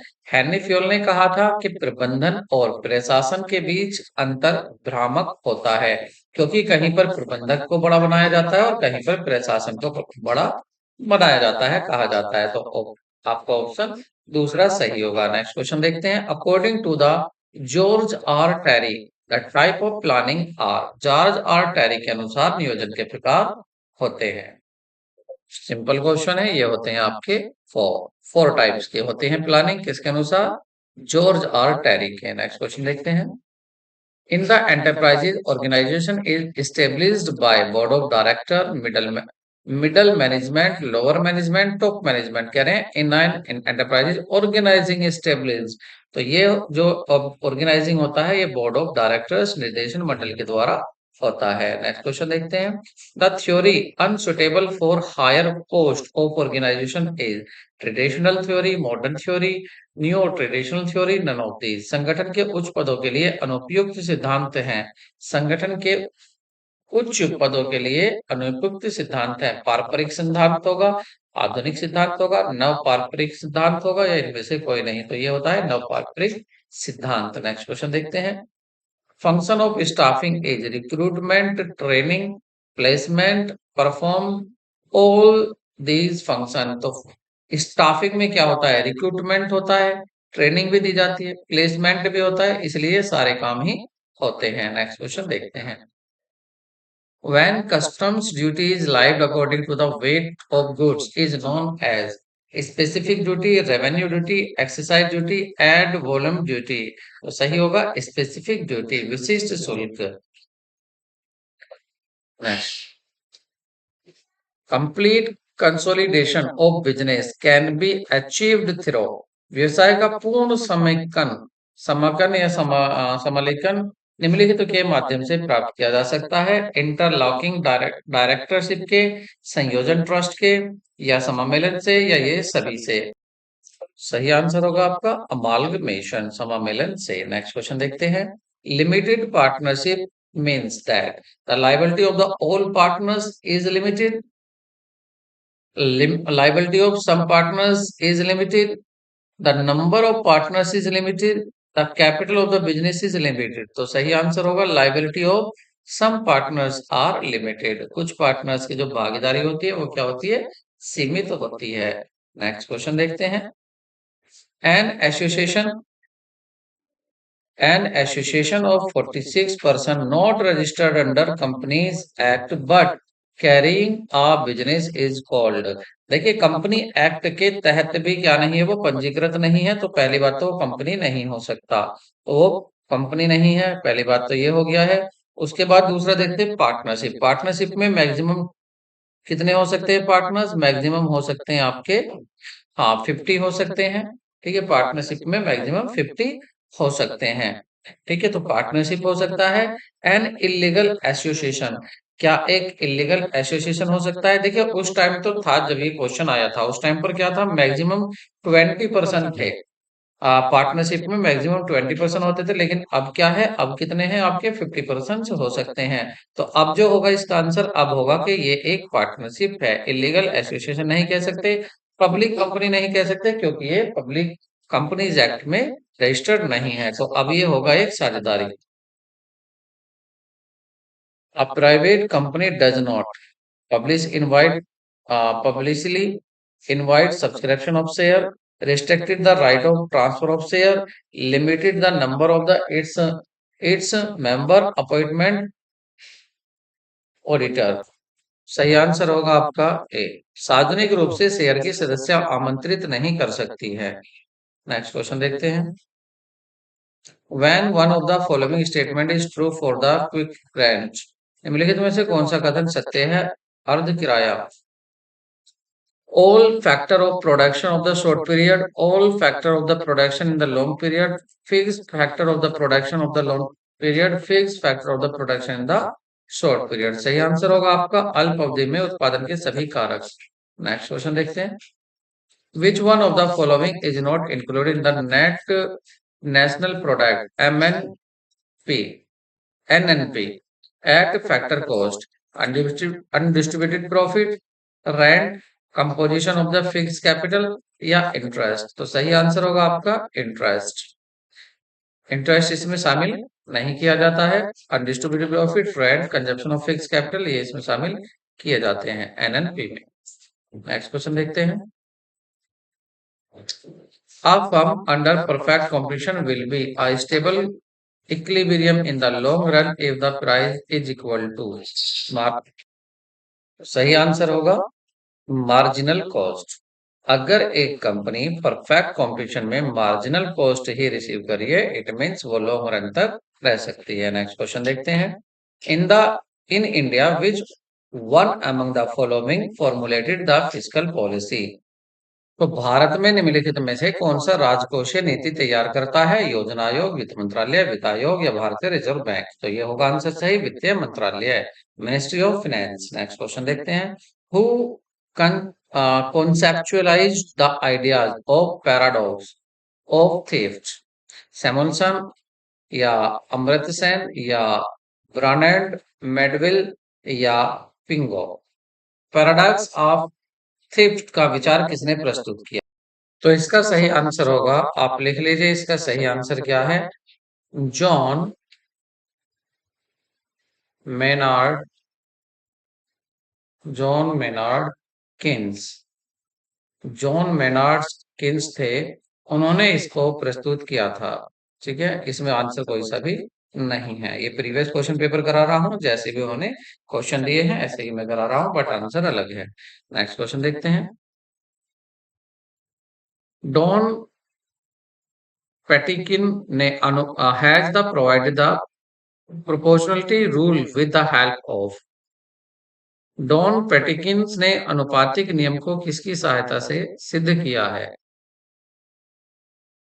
मूल्य प्रभाव की, आय की, प्रतिस्थापन प्रभाव की, वास्तविक संतुलन प्रभाव की। सही आंसर होगा आपका रियल बैलेंस इफेक्ट से। नेक्स्ट देखते हैं। Trade division effect of custom union was demonstrated bye.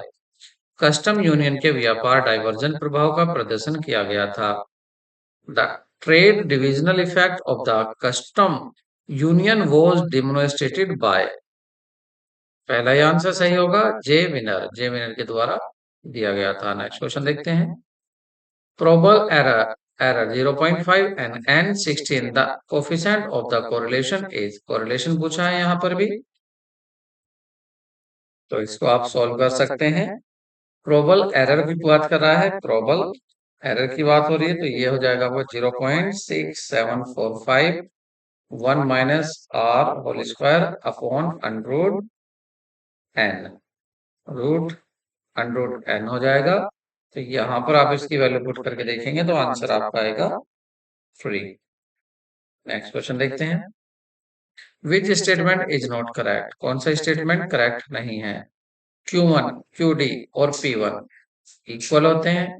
Q3 और P75 इक्वल होते हैं। Q2, D5 और P50 इक्वल होते हैं। D8 और P80 परसेंटेज 80 और D8 क्या ये भी सेम होते हैं? देखिए क्वार्टाइल 1 और P1 ये तो ठीक है, लेकिन यहाँ बात करें D1, तो अगर 10 जगह बांटोगे D को भी आप 1 कहेंगे, क्या ये इक्वल होगा? तो देखिए यहाँ पर यही इक्वल नहीं हो सकता है। ठीक है, बाकी सभी सही है। नेक्स्ट क्वेश्चन देखते हैं। Harmonic mean of the following data, तो इनका हार्मोनिक मीन बताना है। देखिए इसका अगर फॉर्मूले की बात करें यहाँ पर कैसे निकालते हैं, तो देखिए हार्मोनिक मीन की अगर बात करें तो ये आप निकाल सकते हैं n upon 1/x1 1/x2 plus 1/x3 so on n तक। तो देख लेते हैं यहाँ पर क्या दिया हुआ। यहाँ दिया हुआ आपका 4 है टर्म्स, तो n4 हो जाएगा।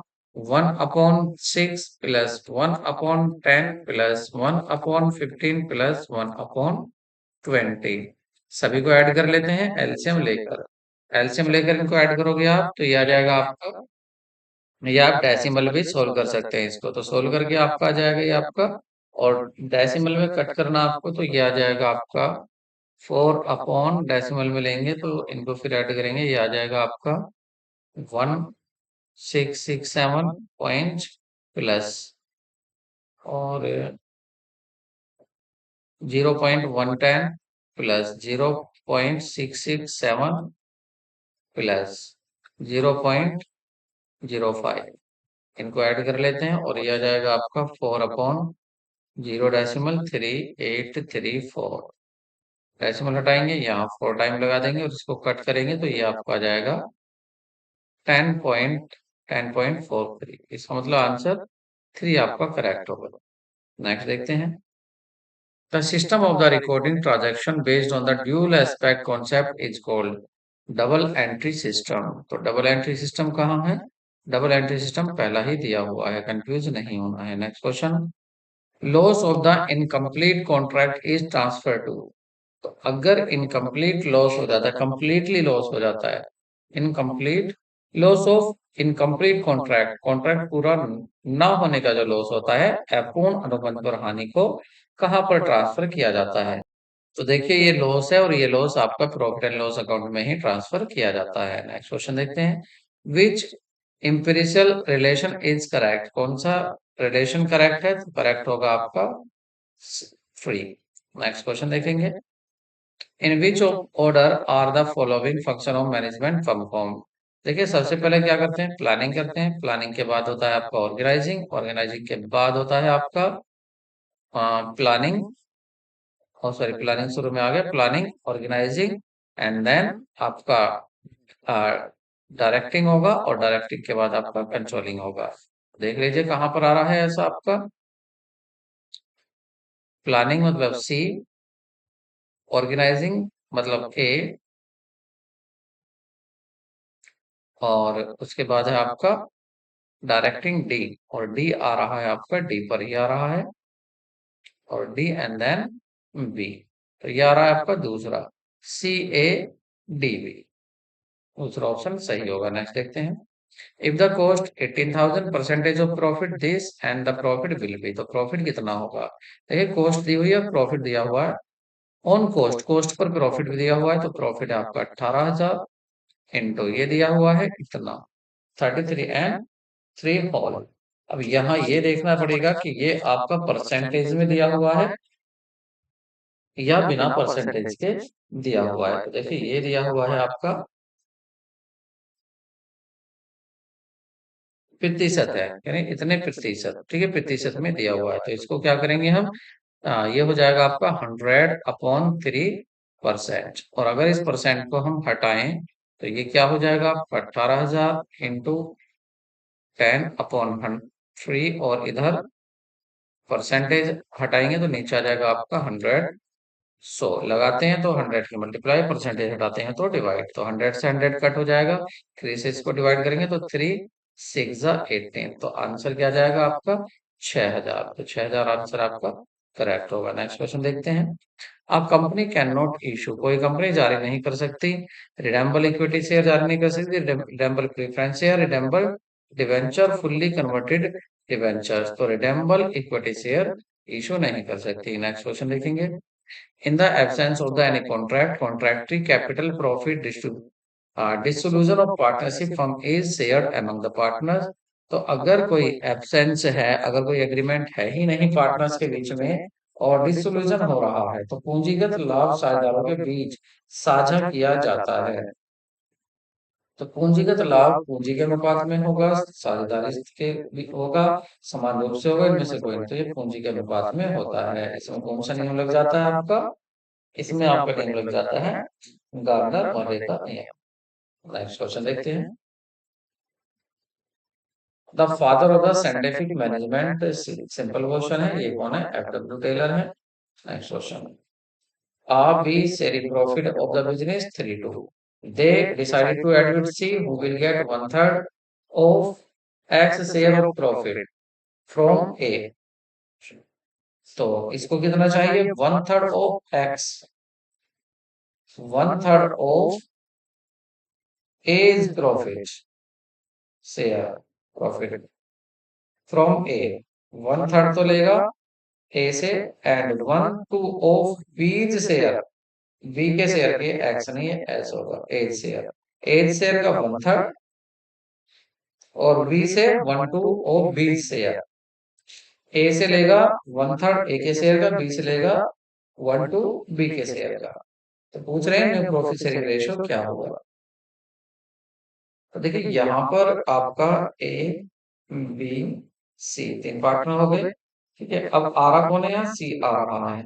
तो सी क्या कर रहा है, सी जो ए का प्रॉफिट है, ए का कितना है 3/5, ठीक है, और बी का कितना है 2 सॉरी ए का है 3/5, ठीक है, और बी का कितना है, बी का है आपका 2/5। तो इससे तो लेगा इसके शेयर का 1/3 प्लस बी से लेगा बी के शेयर का 1/2, तो कितना मिल जाएगा इसको, तो इसको मिल जाएगा आपका 3/15 प्लस 2/10। दोनों का एल्सियम लेके सोल्व कर लेते हैं।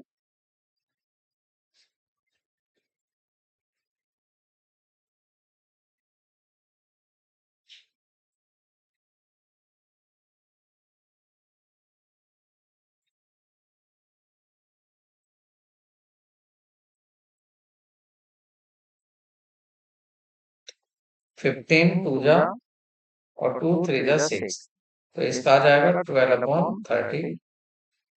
इनका देखते हैं इनके पास कितना कितना बचा। देखिए इसके पास पहले था 3/a के पास पहले पे कितना था 3/5 माइनस इसने कितना दे दिया है इसको, इसने दे दिया है 3/15। ठीक है, और इसके पास कितना था पहले 2/5, इसने कितना दे दिया है 2/10।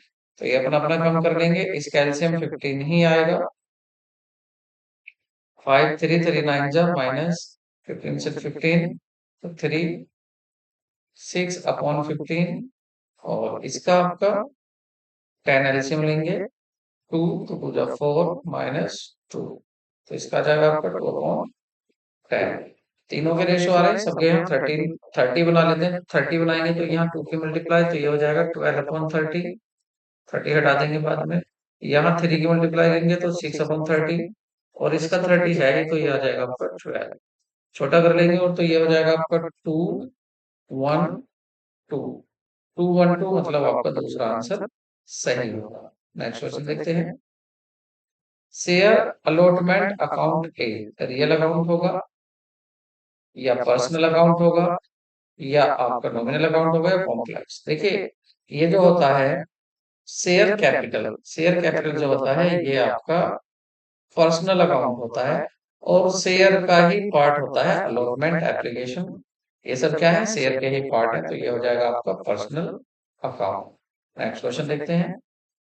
हॉरिजॉन्टल एनालिसिस इज नॉट, तो जो हॉरिजॉन्टल एनालिसिस होता है उसको गतिशील या डायनेमिक एनालिसिस भी कहते हैं। नेक्स्ट क्वेश्चन देखते हैं।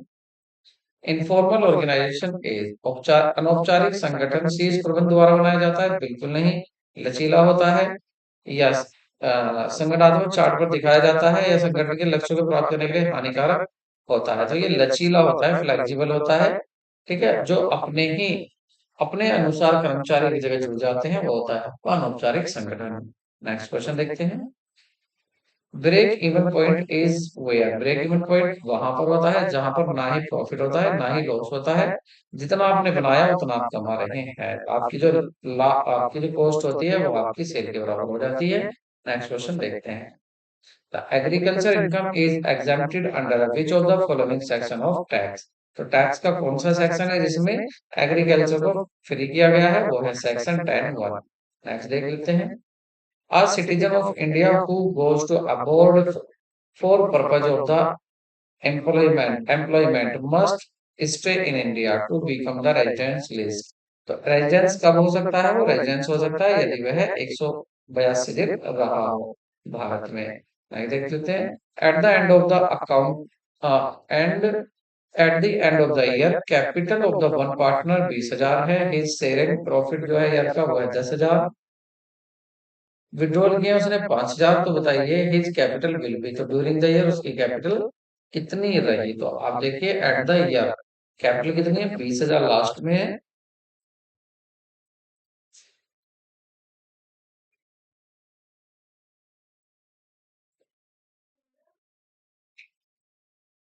देखो भाई यहाँ जो पूछा है ये पूछा है कि देखिए लास्ट में 20,000 है, और ये 20,000 कब आई, जब उसने अपनी कैपिटल में से 5,000 रुपए तो निकाल लिए, 10,000 रुपए मिल गए प्रॉफिट के। ठीक है, तो ये जो 20,000 रुपए ये कैसे बने, इसमें से क्या मिला था उसको, प्रॉफिट 10,000, इसको हटा दो, तो 10,000 प्रॉफिट हटाओगे तो कितना बचेगा आपका, 10,000 ही बचा। और आपने विड्रॉल कर लिए थे 5,000 रुपए, तो उन्हें वापस ले आओ, तो 5,000 रुपए आप ऐड कर दीजिए, तो ये कितना आ जाएगा, 15,000 आ जाएगा। बिल्कुल सिंपल बता रहा हूँ, कोई फॉर्मूले में नहीं फंसा रहा आपको, तो आपका ऑप्शन फ्री सही होगा। नेक्स्ट क्वेश्चन देखते हैं।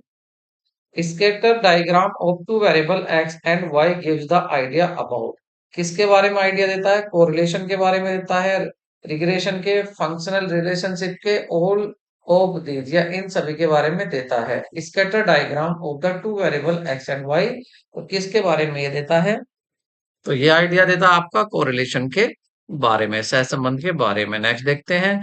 इफ एन दिया हुआ है आपको, सिग्मा एक्स दिया हुआ है, सिग्मा एक्स स्क्वायर 1,000 दिया हुआ है, तो स्टैंडर्डाइजेशन आपको बताना है, और इसके लिए आपको फॉर्मूला यूज करना पड़ेगा। तो स्टैंडर्डाइजेशन का आपको फॉर्मूला भी लेना होना चाहिए। चलो जल्दी से फॉर्मूला लिख लेते हैं। तो ये हो जाएगा आपका sigma X square upon N minus sigma X square upon N.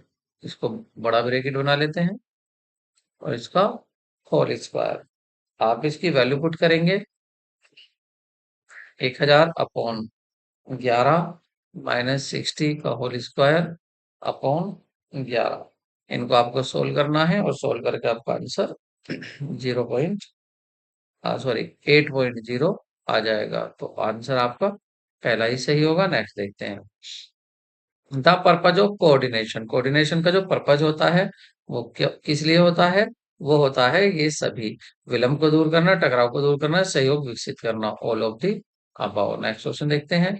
Coal paid advance is shown separately as. Calls paid in advance. Call advance में रिसीव कर लिए तो इसको डेबिट साइड पे हैंडल करेंगे, क्रेडिट साइड करेंगे, लायबिलिटी साइड दिखाएंगे या एसेट साइड दिखाएंगे। तो ये लायबिलिटी बन गई और इसको हम लायबिलिटी साइड। ये पेड करी है, कॉल ली नहीं है। कॉल क्या है? पेड कर दिया एडवांस में। तो एडवांस में पेड कर दी तो हमारी एसेट्स होगी, तो एसेट साइड में दिखाएंगे बैलेंस शीट की। नेक्स्ट क्वेश्चन देखते हैं। Henri Fayol did not lay down which of the following principle. Henri Fayol ने निम्नलिखित तो कौन सा सिद्धांत नहीं बनाया? एकता का आदेश का सिद्धांत या प्रिंसिपल एस्पेरिटी और principle of exception, scalar chain, ये तो सब बनाए हैं। थर्ड नहीं बनाया है उसने। थर्ड आपका ऑप्शन होगा। नेक्स्ट क्वेश्चन देख लेते हैं। The principle of span of control state that the there should be control. Span of control बताता है लिमिटेड पर्पज पीरियड, कहता है immediate by the immediate boss over his subordinate, या the limit of number of subordinate giver. तो ये कहता है कि एक जो अधिकारी है उसके अंडर कितने सबऑर्डिनेट होंगे, उसके नंबर्स को ये बताता है span of control. Next question देखते हैं। Which of the following is not factory overhead. Factory overhead कौन सा है? Depreciation on plant. ये फैक्ट्री ओवरहेड नहीं होता है। नेक्स्ट क्वेश्चन देख लेते हैं।